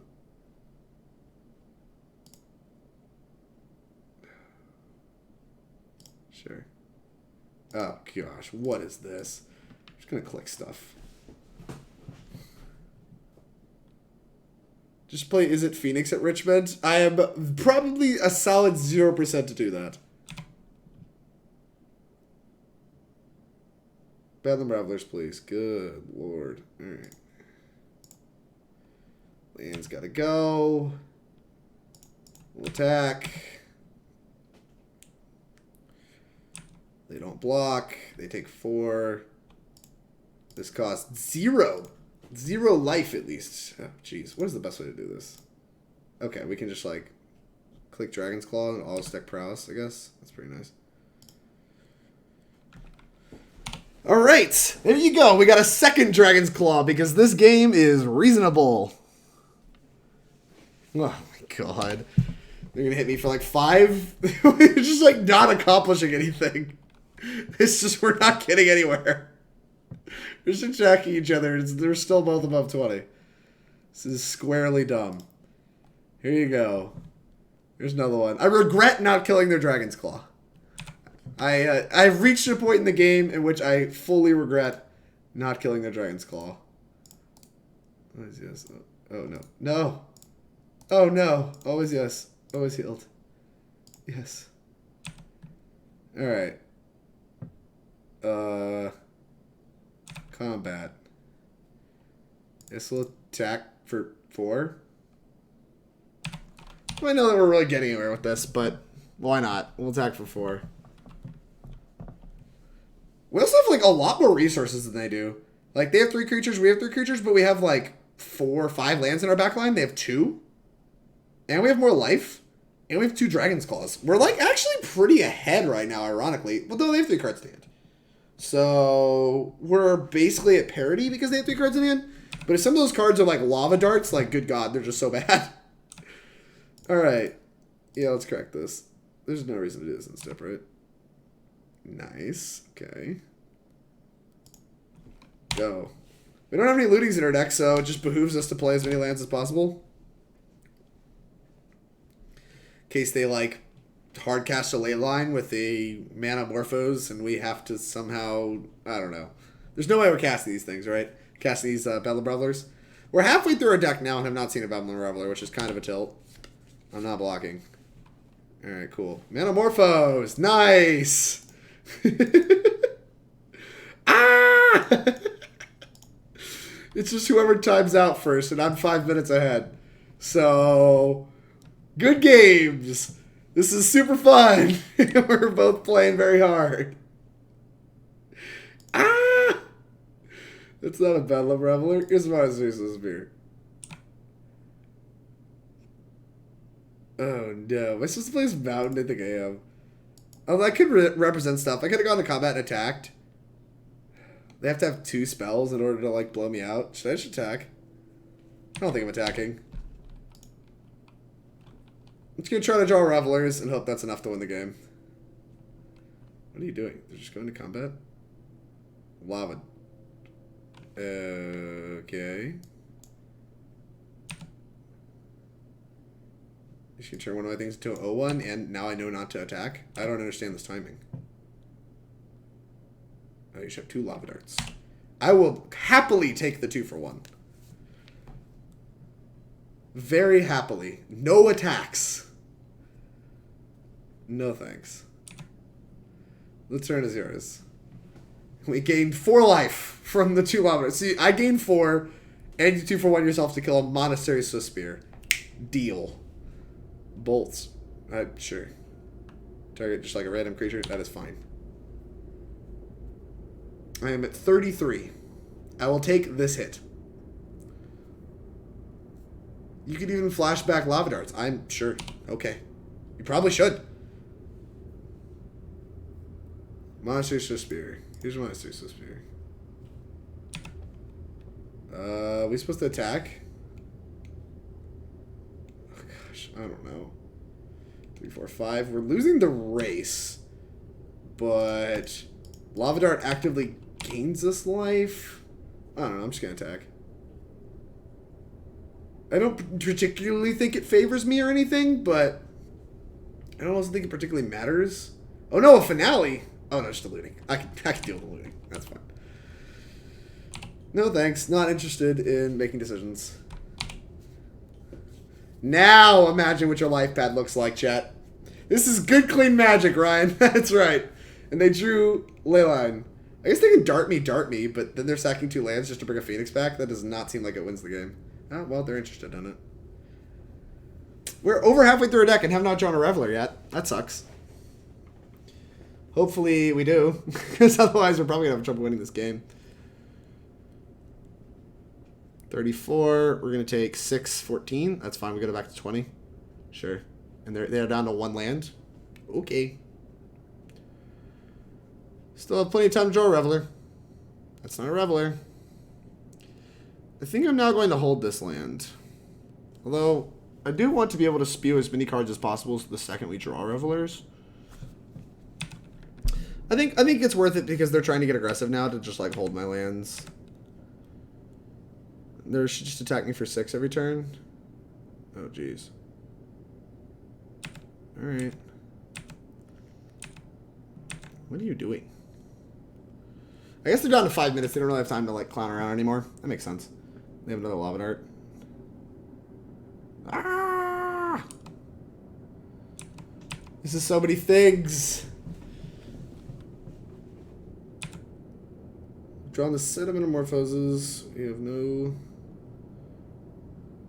so we can double block. They have a single Lava Dart. 3, 4, 5, 6. We should have 1 Lava Dart. 2, 3. Double block kills 1. Doesn't kill the thing. Alright, yeah, I'm not interested. Not interested. I'll take a hit for $1 billion.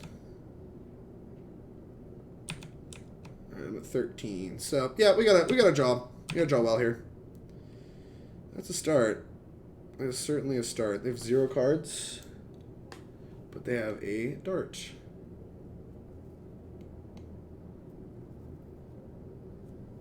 I guess we're supposed to just like pass and like make better blocks than they are. We're gonna hope they whiff here, and then we're gonna try to make good blocks. Oh, geez, they didn't whiff. Gross.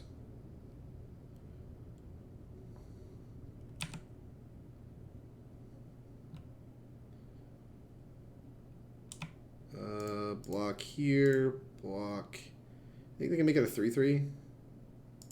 I don't know, they might can.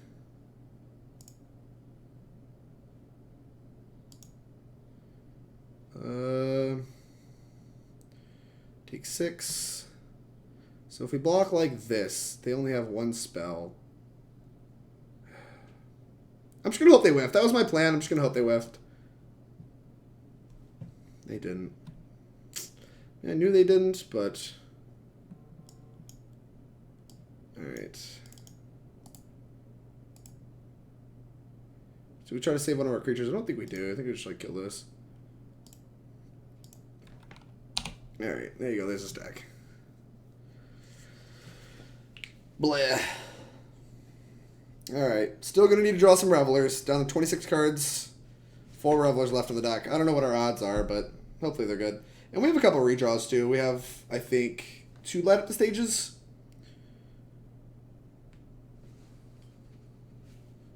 Yup, go to 19. This still actually blocks a lot of damage, so I don't utterly hate the move anyway. Jeez. Fine. Gains 2 life, I guess. It's better than a land. And they have no spells, so if they whiff, we get to just block.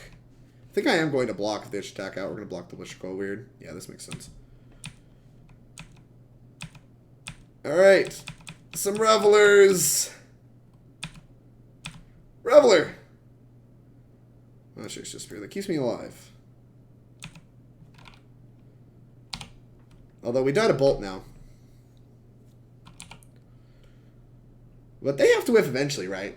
Like, we've drawn a lot of our mana base. Oh, there's a land.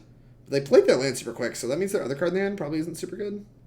Oh, I lied. It's apparently a 1 mana spell. It's ableist or quite weird. It's not shabby.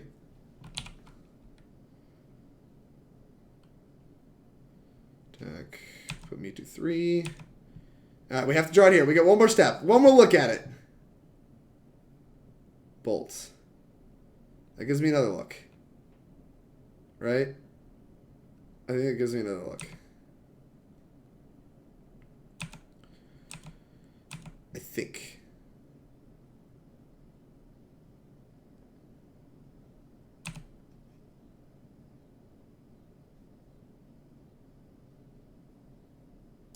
Lightning bolt.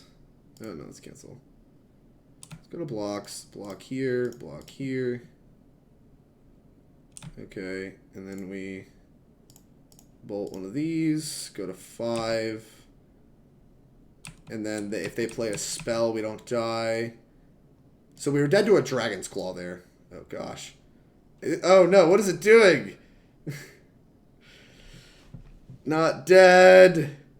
I'm still alive. No! What do you have? 2 mana. What is this? An Abrade? Oh, Abrade my creature. That's fine. It gains his life so we don't die. Kill that. Bolt that. Kill that. We go to 2. Reveler! It's not a Reveler. It's pretty good, though. I guess we should just pick this off. We could just pick this off. No, that's kind of bad. Just gonna wait till their turn. This could get me blown out, though. I don't know. I don't really know what's correct. Yeah, we did trim 1 from the main, didn't we? The last second. For a Lava Dart, right? Oh, we put a Lava Dart back in our deck? Oh, that's the ultimate already. Yeah, there's 1 in our deck. I thought there was 4. You're right. There's only 3. Clearly it was correct then to get down to 22 cards without drawing 1. Just the bird. Well, that's lame. Alright, Lava Dart. This.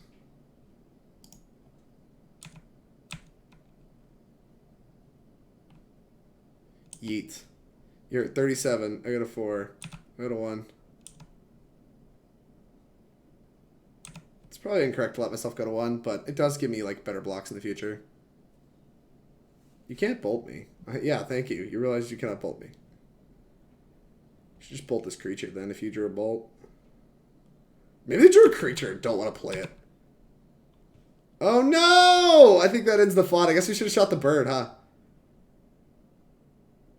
Could have just double shot the bird. Lava Dart. Alright. Let's hold it. Let's hold it and see if they make any decisions.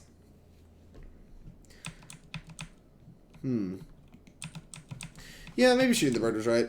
I don't know. I was so tunnel visioned on like our outs being like just drawing running spells. Like, I didn't think we could afford to whiff. That with a minute left, my opponent wins this game that was honestly anybody's game, but we drew a lot more lands than they did. Draw a card. Draw a card. Draw a card. That draws 2 cards. Wow. Alright. Right. We had to buy a lot more time. So we have played 3 matches in which I think I've played at least okay. I don't think I've played actively horrible. Like there at the end, that not lava darting the bird was probably incorrect. Then I think we just get beat down by the creatures still, but we have more time. So we probably actually have a shot at winning that game. Though we did draw 2 lands, so if they ever draw Bolt, we're very dead. But maybe I mismanaged like life earlier. Maybe I could have abraded their Dragon's Claw and like killed them at one point in time. So like there's a couple decisions I definitely could have screwed up because there was a billion decisions made that game. Yeah, Pool, I obviously should have picked the bird. But I don't know, this deck's like pretty hard and we've gotten challenged a bunch and I don't want to say I threw that match because I think my reasoning at the time was pretty good, but in hindsight, based on how the matches played out, I think if I had more experience specifically in that matchup, I would have made different decisions. But Some of them would have probably still been the same. Like, I'm not necessarily sure that abrading their Dragon's Claw at that point in the game was right, specifically. Hey, Teddy! So, I don't know. I don't think I'm playing super bad, but we haven't drawn super good. Like, I don't think we got terribly lucky in that game. I hate to blame luck, but we drew 40 cards over deck and, you know, didn't really draw any of our card advantage sources. I mean, hell, when we had like 40 cards in our deck, I was Hail Marrying a bunch of draw spells trying to find Revelers. This I knew was the only way we were going to keep up with birds. And fortunately, they only had one bird for most of the game. But as soon as they found the second bird, we just like couldn't really get anything going. We just like kept drawing like the creatures and like they drew spells. And it was a rough spot. But we bricked off pretty hard, quite hard. And the other two matches, I don't think were terribly good for us, given that they're like Chalice decks. All right, we're going to try again, though. We're going to try to finish off this league strong. Do Ryan proud, so I don't just, like, 0-5. Especially because he complimented me on Twitter. What's up, Ken? How's it going?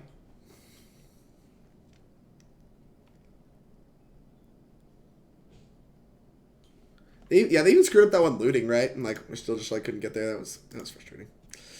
Boop. Go. We have Lapis Stage in our second land. Darksteel Citadel. Aether Vial. What? Wait a minute. What?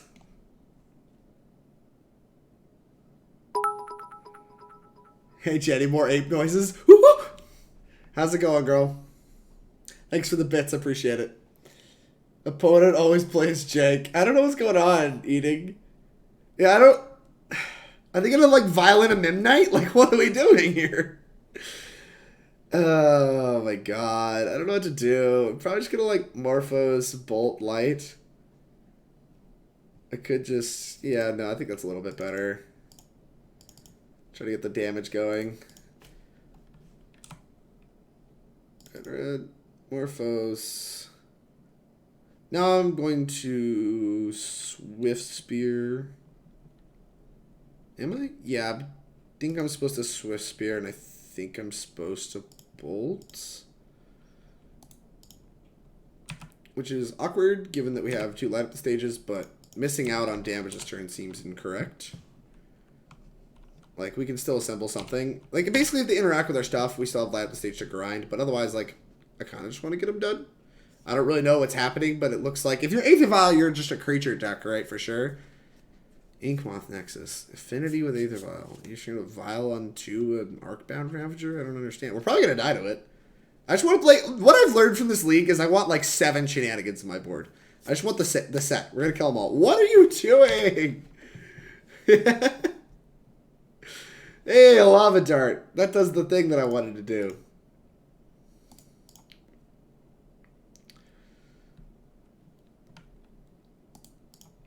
I legitimately have no idea what my opponent's doing. I don't think this card, or this card have any synergy at all. And so I have no idea what is happening. I need an adult. Alright, well, they're dead if they have nothing. Go to combat. Attack you. No blocks, huh? Alright, I'll shoot you. Kill you? Alright. Chat, what do we put him on? I'm putting him on something that Abrade and Shenanigans are good against. That is what I'm putting them on. So I'm putting these cards in my deck. I'm taking Lava Spikes out of my deck and I'm clicking Submit. Also, Lava Dart looks pretty good if they're an Inkmoth deck. Off the Blue-Red Phoenix train 2, or still just testing? I'm very unlikely to play Blue-Red Phoenix for as long as Hogak remains legal because Tron and Burn are so popular. I'm not prepared for this.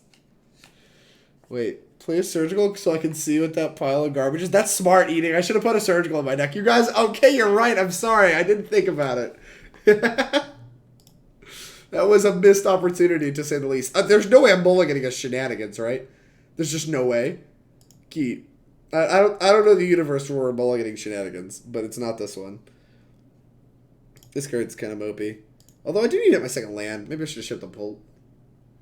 Prismatic Vista. Duh. Obviously, that's in your Darksteel Citadel deck. I don't know why you guys... I don't know what you guys are thinking, but obviously... And we drew the 1-mana creature because we're very skilled Magic players. Obviously, you have Prismatic Vista in your Aether Vial, Altar of Dementia, Inkmoth Nexus. There's too many cards. Yeah, I know. What a misplay. Why don't you just, like, turn 3 kill me with, like, Inkmoth, like, just Infect, their Infect deck? Red. Goblin Engineer. Oh, it's the Hammer deck, isn't it? It's that one Hammer thing. Hammer time. Next person says Shenanigans and... What?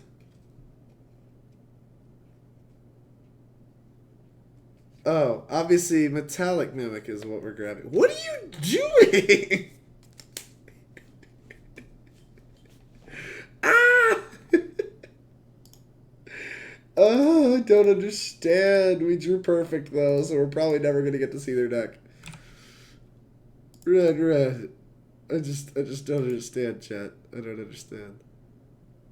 Alright, pull this, please. Move this out of my way. Do I Faithless Looting? Kinda want to. 1, 2, 3.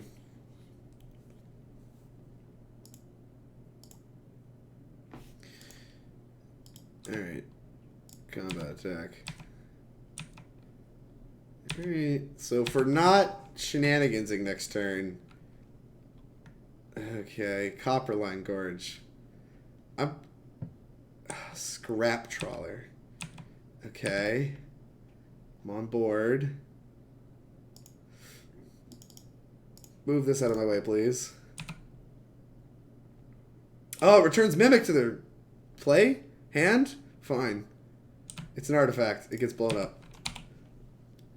So this is some kind of Altar plus Scrap Trawler combo that for some reason has Inkmoth Nexus in it? And Metallic Mimic? What do you name? Construct? Altar of Dementia. I feel like I'm about to die. Why do I get this feeling? Mirror Retriever. Yeah, I'll dredge this. I'm not entirely sure how they're going to beat this one, chat, but we're going to figure it out. Alright, shoot this. I guess I'm beginning to see what their deck does.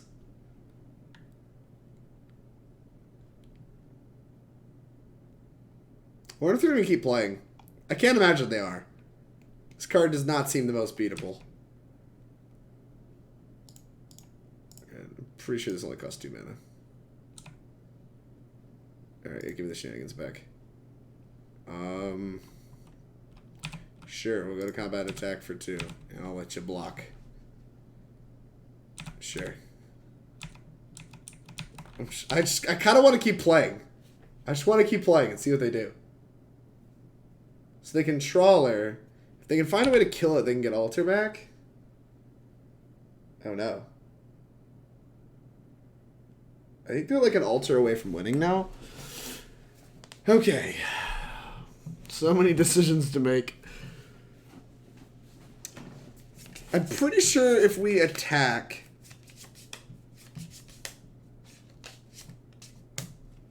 And they can do like the trick where they block and get them both back.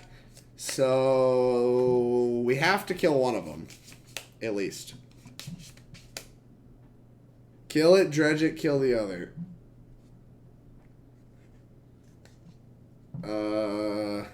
Why don't we just dart the one? So why don't we just... I don't know. Let's play this mountain. Shenanigans. Kill this first always. Just having to flex my KCI muscles. Kill that one first. They get Altar back. Yeah. Then we Lava Dart, kill this, and then if they have double Trawler, we might die. Don't know. Don't care.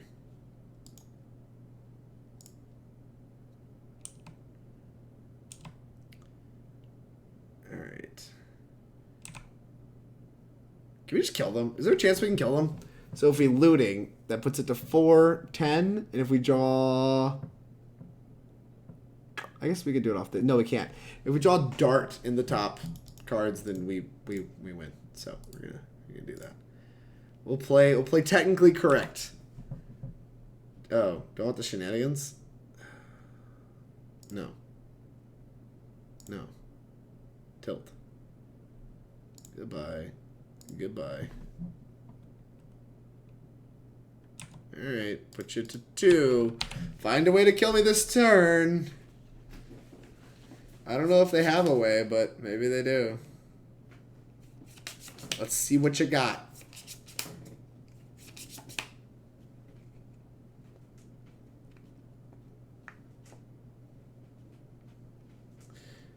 Out of all the Pyro Phoenix players, I think only Javier is persisting with Blue Red Phoenix. Was already leaning towards Mono Red myself. Yeah, I mean, Hogak's only going to be in the format for another 12 days, so just be patient.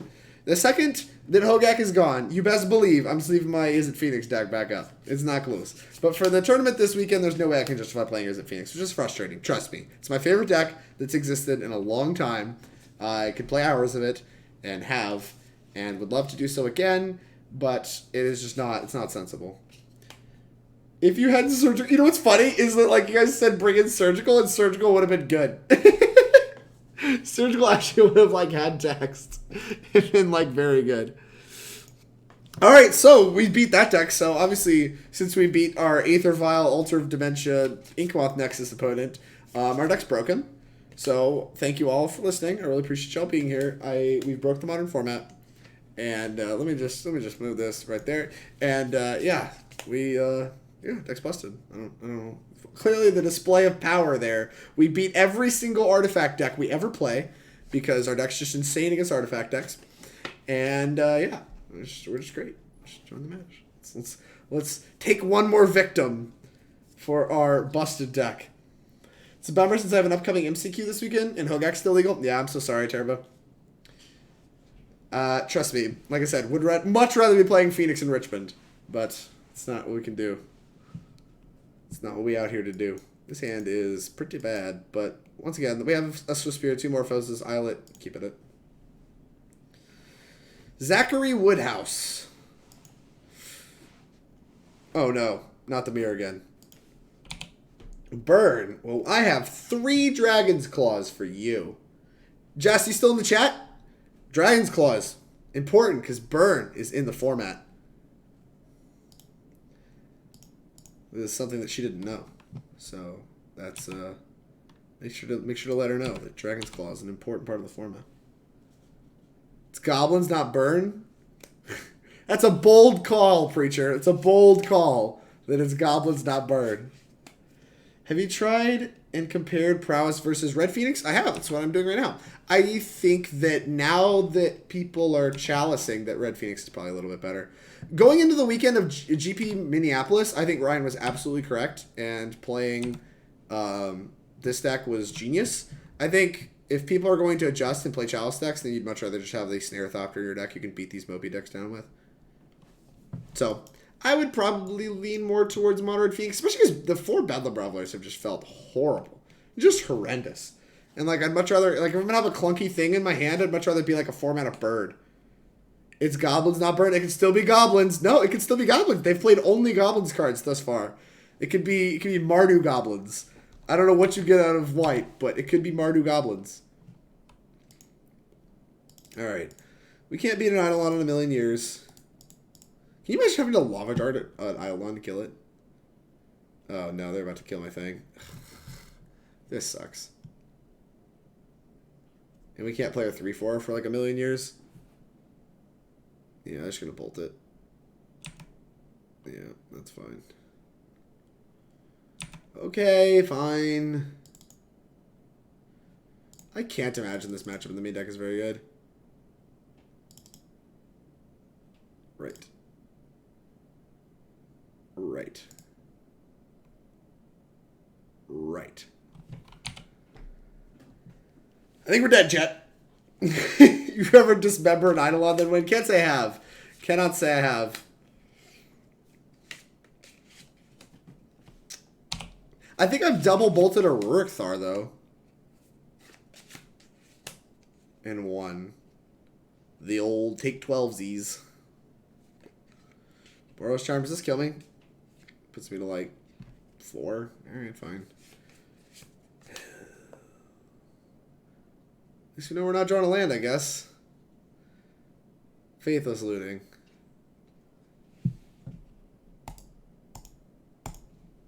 Right. I played Storm one time with Burn and kept 2 Idle at Cindervine's hand and won. Yeah, I mean, how do they beat any of that? I think this card seems playable. I think Ryan actually sideboards the exact same way against Burn that he does against Mono Red Prowess, which is kind of funny. Just like bring in the removal. Bring in this. Lava Spike is atrocious. Darts are not great. Darts are much worse in this matchup because they don't kill literally anything, so we're just going to kill all the darts. Boop. Alright, we got 2 sideboard games we're going to win because our deck's broken, so there's no need to worry, chat.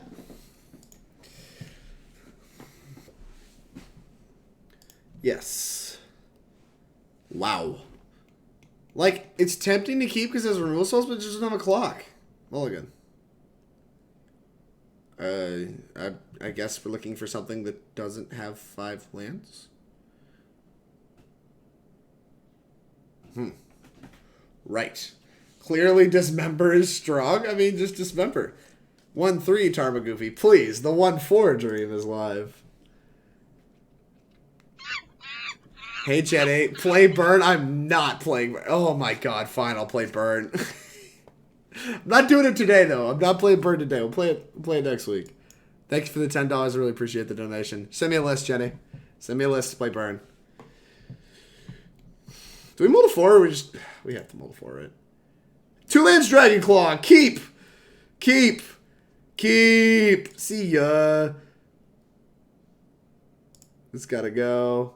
We're gonna keep Creature Dragon's Claw. What are you doing, computer? Are you just like frozen? Oh no. Goodbye, goodbye, goodbye. Done. Busted. Swiftspear. Look at this hand. It's so broken, chat. We're going to hit him for 1. Taste it, taste it, taste it. Taste it. Keep. Other than that, I don't know what was good cuts. The one thing I'm concerned with Mono Red is how to sideboard. It's pretty much board out Lava Spike against creature decks, shave darts against matchups where it's not relevant, Bedlam against Graveyard.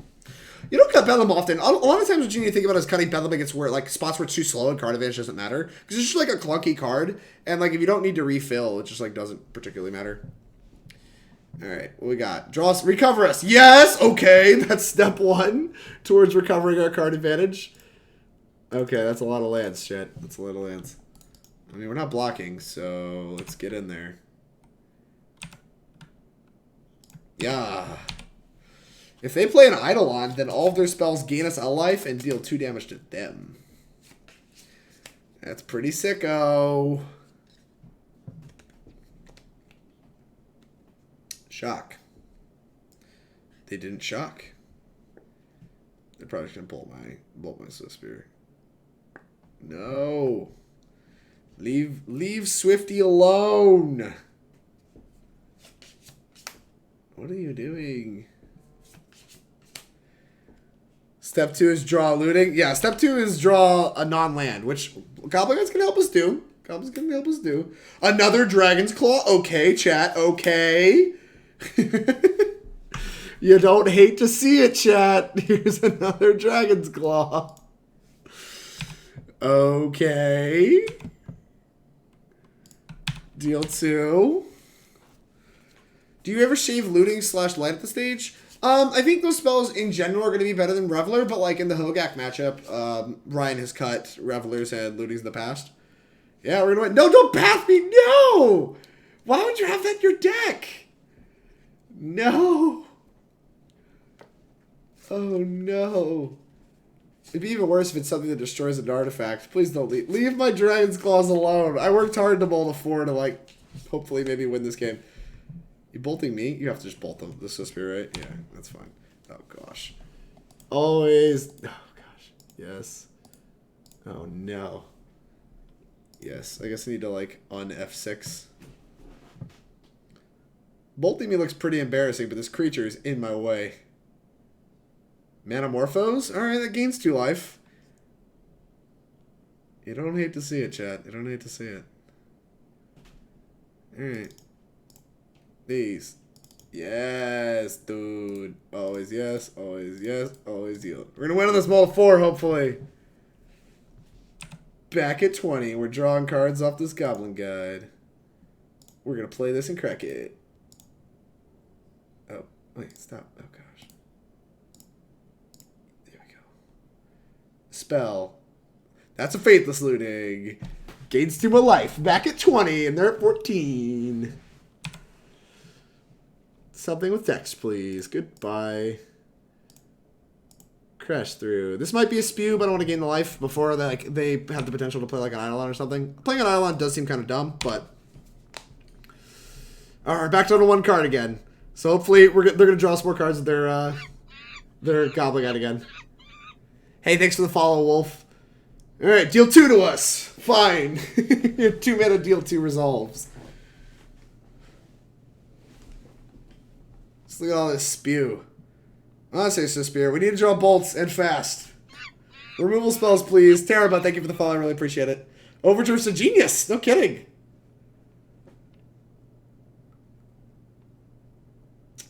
Teddy, look, I am still very excited about how busted my deck is. What a fucking nerd. What's going on, Billy? Land. Yes. Yes. Draw the land. See, we're back at 19. This is so sick. And we drew a removal spell. We're so talented. I kind of just want to, like, shoot this. Should probably just, like, play my land and pass. Hey, Jenny. Thanks for the host. Jenny, you're very active in the chat today. How's it going? Did you have a good day? What are you up to? How is your break from Twitch? Tell me more. As long as Modern remains Lava Spike deck versus Hogak deck versus Chalice, the sideboard is easy. That's fair, Ken Boy. That's very fair. I think I'm going to take an extra damage here just to like... Oh, Bedlam Reveler is nice. Alright. Deal 3 damage to this. Attempt to kill it. If they want to save it, they have to like exchange a lot of their spells like in not very good trades. Yeah, I'm just gonna let it happen. That makes a lot of sense. Is there any merit to casting this Faithless Looting? It gains 2 life. That sounds good to me. Goodbye. Alright, here we go. Here's a Bedlam Reveler. Yeah, draw more cards. Alright. I think I'm supposed to hold this land. Discard to looting.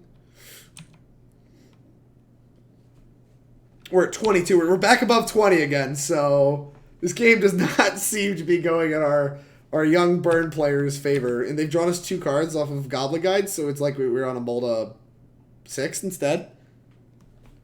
Taste it. Yeah, I did like 5 loads of laundry on my off day. That's very productive. Path. Fine. You think we'll have a basic to search? Oh, wow, we do. I'm so lucky. Alright, they've pathed my creatures. It's an interesting game they're deciding to play. They're going to put us back at 20, which is pretty hard for us to win. We drew another land. We're so lucky. The absolute luckiest. Alright. Flashback, Faithless Looting. Oh, yeah. Let's get rid of these lands. See, we can, like, bolt their face, and then we can light up the stage. Because, like, I just don't care about this Goblin Guide. It's, like, kind of just drawing us cards, right? Maybe this is, like, just straight BMing, not killing this, but I just do not care about this. It is drawing us cards. And we're above 20, like, healthily above 20. Cast a Spectacle. This is that kind of... Oh, the 3rd Dragon's Claw, chat. Oh, the 3rd Dragon's Claw. Oh, chat. Chat.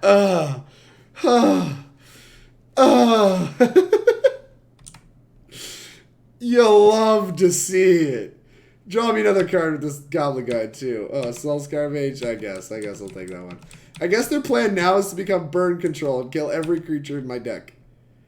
Good luck. Cast this. Oh, chat. Gain 3. Yes. Oh, this is that shit I live for, chat. This is what I live for. Cast a flashback. Oh, yeah. Jenny. Oh, Dragon Claw. See, that's what I'm saying. That's what I'm saying, Jenny. Dragon Claw. Thank you for the 10 bits. I really appreciate it. Oh. Oh, look at all these magic cards, chat. Alright, let's just discard some lootings. We don't need the lootings. We'll use them later. Seems good. That's so many bits. You have so many instances of 10 bits. Thank you very much. I really appreciate it. Oh, chat. See, this is that stuff that you just dream about. You're just, you know, in the need of some pick-me-ups. Just think about 3 Dragon's Claws against the burn deck. And it just makes me smile. Really just makes me so happy. 29 cards left in my deck. They all gain 3 life. We're by definition the anti-burn. Wait, I found the perfect one. Craigasm. Thank you for the bits. Clean up around Drake's pants. Thinking about that isn't suitable for work. Maybe they'll... Oh, they're going to Helix my creature. Oh, no. They gain 3 life. It's like they have 3 Dragon's Claws. I guess they're planning to deck me now. Good luck. Have fun. I'm just going to use their bird to kill your threats and try to mill you out. Good luck. Oh, they're not even attacking with Goblin Guide anymore. Oh, Jenny, you have so many bits. So many bits to give. Appreciate you showing me. Hey, you know, you're the bit leader. You're owning. Although you ruined Trogdor's 69 bits. That's very nice.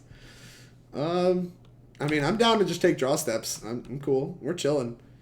I'm probably just going to shoot him with this Burst Light gun instead if we don't do anything else. Just deal forward to him, put him to 9.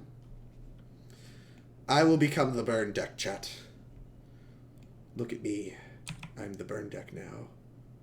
Not even into attacking. Not even into it. Cast the kicker. Target you for 1 billion mana. There you go. Shoot ya. Pew!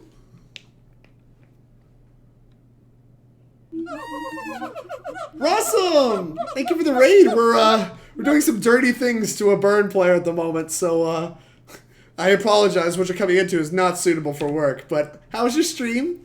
You were streaming standard, right? Oh, a creature. We can actually protect this creature, so we're just gonna like play it and hold spells up so that they can't just like trade 1 for 1 with it. I guess we care about keeping a creature alive eventually, but they're still playing this game. I'm down to continue playing this game. I'm ahead on time. And I am having a fantastic time. What did I just host? What do you mean? This is good, clean living. This is just good stuff here, chat. Welcome everyone from Rossum's stream. I appreciate you guys sticking around. He was streaming Mardu's Shadow. Ooh. Is that the the Dilks and Edgar version? Lava spiking me. Very powerful. Very powerful play they've made here. Where my life total doesn't change.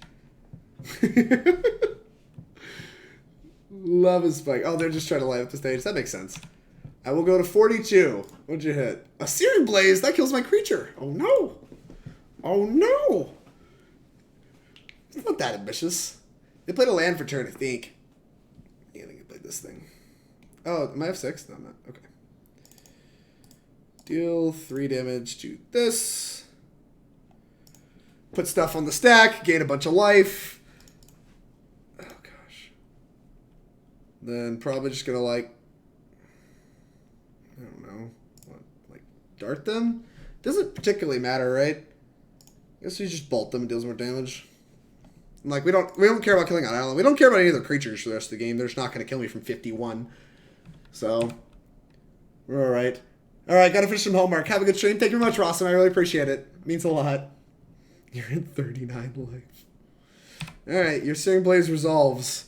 I'm now at 48, thank you. Why? Opponent, why are we playing this game? Maybe they'll try bolting it again. Skewer it. Now we can't save it with this lava dart.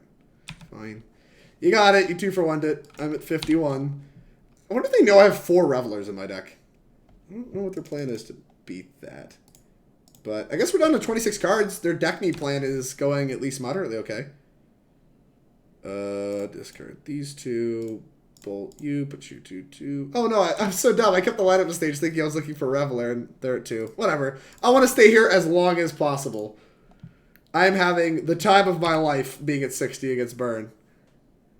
No, that kills them. I was going to draw more cards. Fine, we will kill our opponent. All right. Oh, for the record, chat, this was a mull of 4. This was a mull to 4 that we won this game. I can scroll all the way back up. It's turn 11, but this was a mull of 4. We kept Swiftspear, 2 lands, and a Dragon's Claw. And as you can see, things went pretty well. Click submit. Wild. Hey, Hobie. How's it going? That's a name I haven't seen in many moons.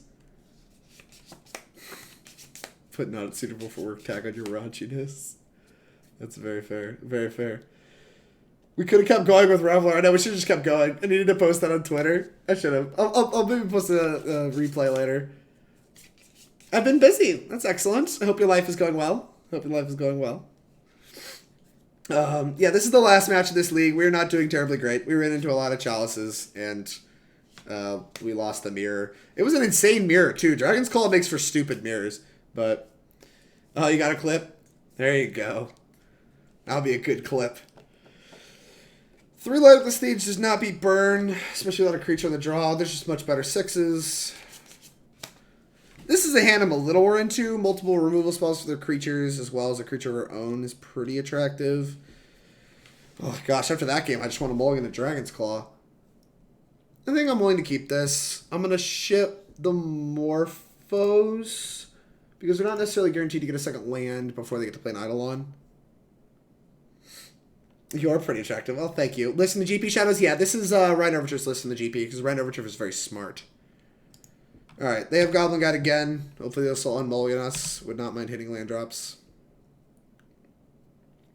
I think we're going to hold up a removal spell if we... Yeah, I think we're going to hold up a removal spell here.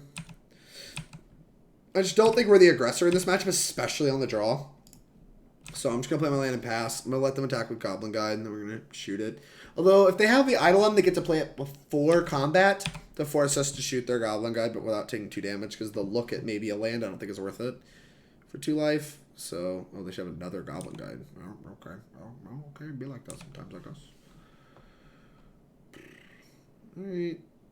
Okay. Lightning Bolt. That's no fun. Burst Lightning. Target that. I'll take 2 more. So we're trading cards to turn these into shocks, but it looks like they don't have a second land? Question mark? They do not. Well, joke's on you, opponent. Neither do we. Despite getting 3 Goblin Guide looks. So frustrating. That's alright, though. Oh my god, they drew it. Oh, they're so lucky. Oh, thank god. We drew land. Alright. Yeah, bolt that. Oh, if they play an Eidolon... They didn't. Well, I was going to say, I think we're incentivized to just take the whole turn off removal spelling. I don't think we're going to die through this next turn sequence. Like, even if they have bolt, that's 5 bolts. We don't even die to that. So, and that would be kind of nutty. So I think I'm going to play my creature, and I think I'm going to cycle. We're going to start trying to dig for Dragon's Claws. I guess looting technically gives me more looks, but I want to keep my removal spells for now. So I'm just going to trade this card here. I don't think they're incentivized to kill my Swiftspear. Gosh, they kill my Swiftspear. That's so good for me. They bolting my Swiftspear? That's so good for me. Because this gives me time to find Dragon's Claws with all these looks that we have in our hand. Oh, yeah. That is so good for us. We got to use our Swiftspear to 1-mana counterspell Lightning Bolt, chat. And they have Path to Exiles in their deck, so they didn't even use like a Path to Exiles like removal spell. So they're going to draw Paths later, ideally, that like aren't going to have targets. Them having a creature is frustrating. It's probably a creature plus Bolt. Yep. Deal 5 to me, put me to 11. We get to bolt the creature. Obviously, best claw is Dragon's Claw for the rest of the game. We did not draw Dragon's Claw. So let's lead off on Faithless Looting. I don't know what we would do instead, but I guess there's a universe where we do something different. We could Swiftspear Bolt, start attacking. Those are discarding Looting land. And then we play Monastery Swiftspear. We're at 11, and we Lightning Bolts. And then I think we can cast our Reveler next turn, which gives us 3 more looks. 1, 2, 3, 4, 5, 6. Yep, I'm a genius. So we can play Reveler next turn. If we draw land Claw, we get to do that in that order. All right, they have 3 cards left. It's unlikely we're dead. They play Eidolon. We're still just We're still just gonna play Reveler. Gosh, these blazes so good. I'm at 5. All right, well, it be like that sometimes. Let's put some creatures in play. Refill our hand. All right. So we have a line next turn where we get to go Dragon's Claw plus Abrade my own Bedlam Reveler for Prowess, which is a pretty crappy line. Oh, jeez. Jeez.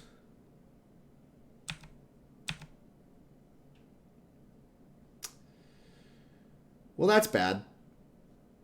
So if they have a Lightning Bolt, can we win this game at all?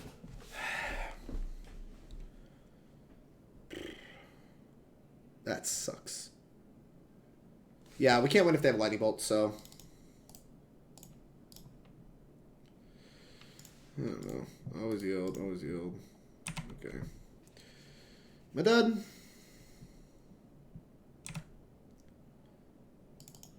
Here's Dragon's Claw.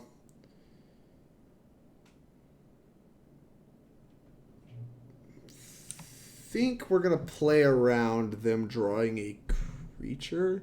So if we attack for 8 here, that puts him to 9. And it's very unlikely we're going to be able to cast 2 spells the next turn. We could. We could flashback Looting and hit a 1-drop. Don't want to play around them hitting a creature. I think I do. So I think I'm just going to hit him for 5. Alright, yeah. Let's just attack for 5. Creature. So if they have creature plus burn spell, can we win by not attacking? They just burn spells to 1. Yeah, we win by not attacking. So we play around creature plus burn spell. Yeah, whatever. Alright, we'll hit him for 5. Play around creature plus burn spell, I think. Oh, it's Path. Okay. That's a good last card for them to have. Because it means the only thing that kills us now is Boros Charm. And it's going to give us more mana for next turn. I wonder if there was actually merit to pathing an untapped creature, though. This is exactly what I was talking about them, like, they can crack Sunbaked Canyon. They can crack Sunbaked Canyon and still cast a Boros Charm, too, which is frustrating. But they are still going to have Path Exiles in their deck, even after bolting my creatures, so, like, we're just going to be up cards and up resources. What modern decks are in consideration for Richmond? Basically just like this in Hogak. Because Hogak is very good. Alright, guys, flashback. This is because I don't think we're likely to hit a bunch of spells, but we might. Card in their hand clearly didn't kill me, or they would have just killed me. Just go to land. Let's gain some life. Okay. Red. Bedlam Reveler. Yeah, we're just casting that. That is so good! Dragon's Claw is so busted if you get to untap with it. Ooh, that's nice. Combat. Now we get to save ourselves with a Lava Dart. And as soon as we play a second Dragon's Claw, we begin to look at a game similar to last game. These Dragon's Claws are so much more effective than I was ready for them to be. It turns out playing a Mono Red deck, you gain a bunch of freaking life. Please play Phoenixes if you're going to play this style of deck. I think I would. Given how many Chalice of the Voids are running around, I think I would. Smash! That's so lame. Fine. I'm at 4. You have a land in hand. I think you're just dead, right? 1, 2, 3, plus 4, plus 5, 6. I don't know. We will figure it out. Trigger Prowess. Okay. I have another one. I wonder if I guess Smash Smithereens wasn't in their deck last game. Where are you going? I was playing Magic. Alright, yep. We suck. So, we ended up 2-3ing this league. We lost the Chalice deck, the Mirror. And we beat Nonsense, and we beat Burn. Beating Burn was not something I was expecting to do. And I'm pretty happy we did. I wasn't also ready to go from a 5-0 into starting that league 0-3. Like, the deck felt insane before GP Minneapolis when Ryan top-8'd with it. Now, I don't think necessarily that everyone just adjusts immediately, but Moto does adjust faster than paper tournaments. And so, like, there's a chance that, like, the uptick in these Chalice decks that we saw is because like, it is effective against a lot of what's going on in the format between Burn, Mono Red Prowess, and apparently it's very good against Hogak as well. So I think that there was actually a chance that this deck got worse than it was last week, which is kind of frustrating, but I think it doesn't get that much worse because, like I said, there's still not a lot of removal spells being played. People are still doing a lot of Tron things. Hogak doesn't play an abundance of removal spells, so you're still in the spot where I think this deck is going to be good, but Bedlam Reveler has just looked pretty miserable. It's pretty swingy. It's either kind of like awful, or it's the best card in your deck and you're just looking to draw it, which I'm not sure if that's like where that puts it in this deck. If that means we want more or less, I don't really know. Like, it seems important to have because you need to be able to grind, but I agree with somebody in the chat earlier was saying they've just been very clunky. I 5-0'd with it personally before playing this league. With the updated version. I 5-0'd with his version from the first article without the changes. And that was last week before Minneapolis. It was like right after his article was released. And so this version we 2-3'd with, but it's been a full week since then, and there was a Grand Prix where it top-8'd. So I think the deck might be worse positioned, and it might be time to just play Phoenixes instead. So that's kind of my thoughts on this deck. I'm glad we beat Burn, though. I utterly despise that deck. Last time, before we cut it off, check out Ryan Overturf's article. The guy top-8'd the Grand Prix, and he's very, very smart. He has 2 articles on premium side about this article, one before the GP, one after. The first one has the Sideboard guide. The second one has an update to the Sideboard guide. He did a little bit of a adjustment in the matchup, or in some matchups. So I recommend checking it out. Ryan Overturf's great. His deck's pretty good, and it's one of the decks I'm considering for this weekend. If I do play it, I will play the Phoenix version, though. And it's between that and Hogak. I think it's going to be hard to talk me out of Hogak because the deck is so powerful, but it's between that and Hogak. Although I'm going to give Humans a try because Humans top-8'd the Grand Prix as well, which is shocking to me. But we'll get to that in just a moment. Before we start our Humans League, we're going to go ahead and wrap this up. We can talk about the sponsors a little bit. So if you are watching here on Twitch or watching on YouTube and you like the content you see, please either follow or subscribe given your platform. It's the easiest way to support me on both platforms. And we'll let you know when I produce more content on both respective platforms. So check that out. Thank you very much to Jonathan Rossum. Those of you watching on YouTube, Jonathan Rossum's great. Check him out, twitch.tv/AwesomeRossum. He's great. Really appreciate his host. Also, another way you can support me, my stream, and Team Nova is to support my sponsors. They are kind of laid out about the stream right now because I haven't gotten my life together and actually like consolidated them down in one like scrolling message beneath my face. But there to that side, you can see both Mage and the Introspective logos. Both of them are sponsors of Team Nova, our most recent sponsors. Start off with Mage is a, hey, thanks for the bits, I really appreciate it. Mage is a mobile app that you can download on any platform for Magic. It is the best Magic app out there. And they're also producing a market app that's going to be like StockX for Magic. So that's pretty exciting. It's also going to have some built-in fraud insurance to keep you from getting fakes. So we're pretty excited about the future of buying Magic cards with them. Their app's awesome. As someone that's in mobile app development, I'm very impressed with the work they do. So it doesn't cost you anything to download the app. It's beneficial because it's a Magic app. Everybody wants a Magic app on their phone. Check them out. They're great. They're a sponsor of us. We love them. Next up is Introspective, which is a clothing line that sponsors Team Nova and some of the other teams in the tour. They have made our jerseys, and they've made some other shirts that I've worn on stream before. You can use code TeamNovaMTG to save 10% off with them. You can use the link below to go ahead and get started with them. Check out their storefront. They got a lot of stuff. Looks really good. I've gotten compliments at work about their clothing. They didn't obviously have any idea what it was, but they said it looked really nice. So they obviously make good stuff, high quality stuff. We really appreciate it. You can save some money on it using code TeamNovaMTG. Next up, we got the sponsors rolling beneath my face. The lovely sponsors of Team Nova, the sponsors us since day one. Inklin Customs made our logo, our tokens, and our playmats. Her art is awesome, and she posts very frequently on Twitter. And you can see some of the custom work she's done. I think she's going to be at the next Grand Prix. I saw her post about that today, so if you're going to be there, check her out. You can also check out our website. Our prices are very, very reasonable. Links in the description or panel below, depending on which platform you're on. So the panel's for Twitch and description for YouTube. Just check out some of our wares. And you obviously get the Team Nova tokens because they're great and they're adorable and they look awesome.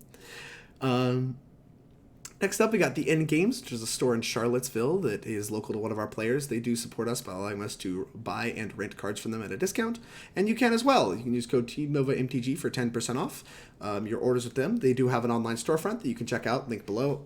And yeah, we really appreciate the support of a local LGS that's, make sure to treat their players right. Next up, we got Mana Traders, which is the rental service I use to play all these different decks for you guys. They are the ones that allow me to be a competitive Magic player and just try out a bunch of different decks without absolutely hemorrhaging money. Their service is very easy to use, it's very fast, and the bots mean you don't have to interact with anybody in the process. Really, really like their their web page as well for getting it all done. Everything's very well laid out. So Mana Traders, used it for 2 years, used it before we sponsored them. Love them very much. Can't say enough good things about them. You can use code TeamNovaMTG to save 15% on your first 3 months with them. So please, please, please check them out. There's a link, description panels below to get started. You can pay for exactly what you're looking for. So no reason not to if you're looking to get better at Magic. Big, big fan of the service. And last but not least, we got hipstersofthecoast.com. I will have an article up next week. And we're going to have a What We'd Play from Team Nova going up this week, this Friday. So make sure to check them out. Doesn't cost you a dime. Just go read some content, get a little bit better at Magic. They also have plenty of other merchandise and podcasts and various other things for you to look at. And if you follow them on Twitter, they're a great news source for the latest happenings in Magic. So follow them on Twitter. I believe it's just at hipstersmtg. So check them out. Our sponsors are all great. Thank you all for watching, and I will see you next time.